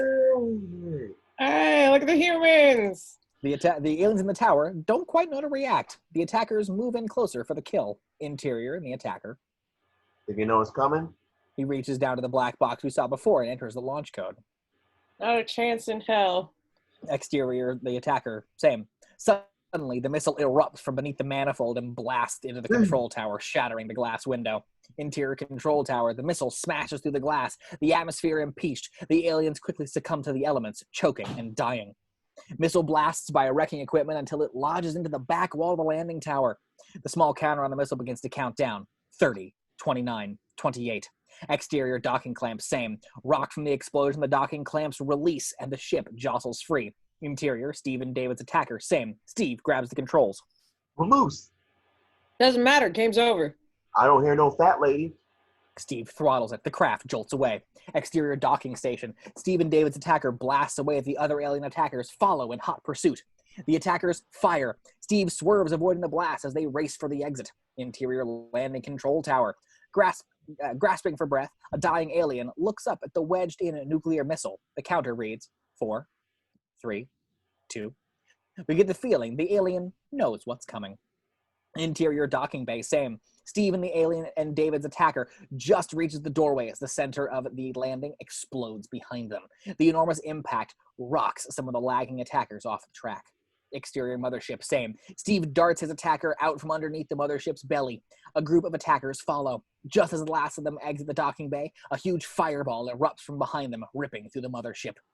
Angle farther away. Zooming towards us, Steve guides the ship away. The alien attackers in hot pursuit. Behind them we see the entire mothership explode. The immense explosion grows outwards, coming towards us. The attackers are gobbled up as the explosion widens. Quickly the explosion gains all around Steve and David. Like a loose board caught in the surf, Steve and David's ship rides the edge of the explosion, getting knocked end over end. Tumbling ass over tea kettle, David and Steve are rocked in their seats. Steve battles to regain control of the ship. The mammoth fireball reaches the outer edge of its zenith. Steve and David's ship is spit out, tumbling down towards Earth. Exterior, Area 51 tarmac, same. The fighters are returning home. Crowds race out of the ruins of the smoldering compound to greet them, cheering their arrival. The president's plane. The president is climbing out as General Gray rushes to his aid. Behind him, Jasmine leads Dylan and Patricia, who break free and rush to their father. The president sweeps her up in his arms, and Jasmine approaches. Any word from Steve? Behind her, Constance rushes over, the same thing on her mind. Before she can answer, they hear a roar from above. They all become silent as they turn and look at the skies. Angled blue skies, fireball. A fireball comet is rapidly coming down towards us. Suddenly bursting out of the flame, Steve and David's ship darts down. Just as the heads of the cheering crowds, Steve and David's ship zooms overhead, disappearing out of sight. Exterior dry lake bed, desert, minutes later. Several army jeeps race among the arid desert floor. As they whip past, we see they're headed toward a gigantic black plume of smoke in the distance. Angle on the smoke, the jeep skids to a halt. Jasmine and Constance are the first to leap off of the jeep. Steve and David walk towards them, cigars in their mouths. Jasmine races over to them. You scared the hell out of me, Yeah, but what an entrance. dickweed. Butt munch. Constance comes running up to David and hugs him tightly. Are you all right? Did it work? You bet it did. She hugs him. They kiss. Angle on Steve and Jasmine. Behind him, Dylan, Patricia, and the president and General Gray come walking over. The president and General Gray approach. We're getting reports from all over. Their ships are going down. As they begin to celebrate, they look up to the sky. Group POV, brilliant lights in the sky. The debris from the mothership explodes as it enters the atmosphere like thousands of shooting stars. It's an incredible sight. The group stares happily down at the show in the sky. Steve takes Dylan by the hand. Didn't I promise you fireworks? Everyone stares in wonder at the beautiful lights. The end. Woo! Hey. All right. So if you're watching, thanks for joining us, and we'll see you at the next reading by the Quarantine Theater Company.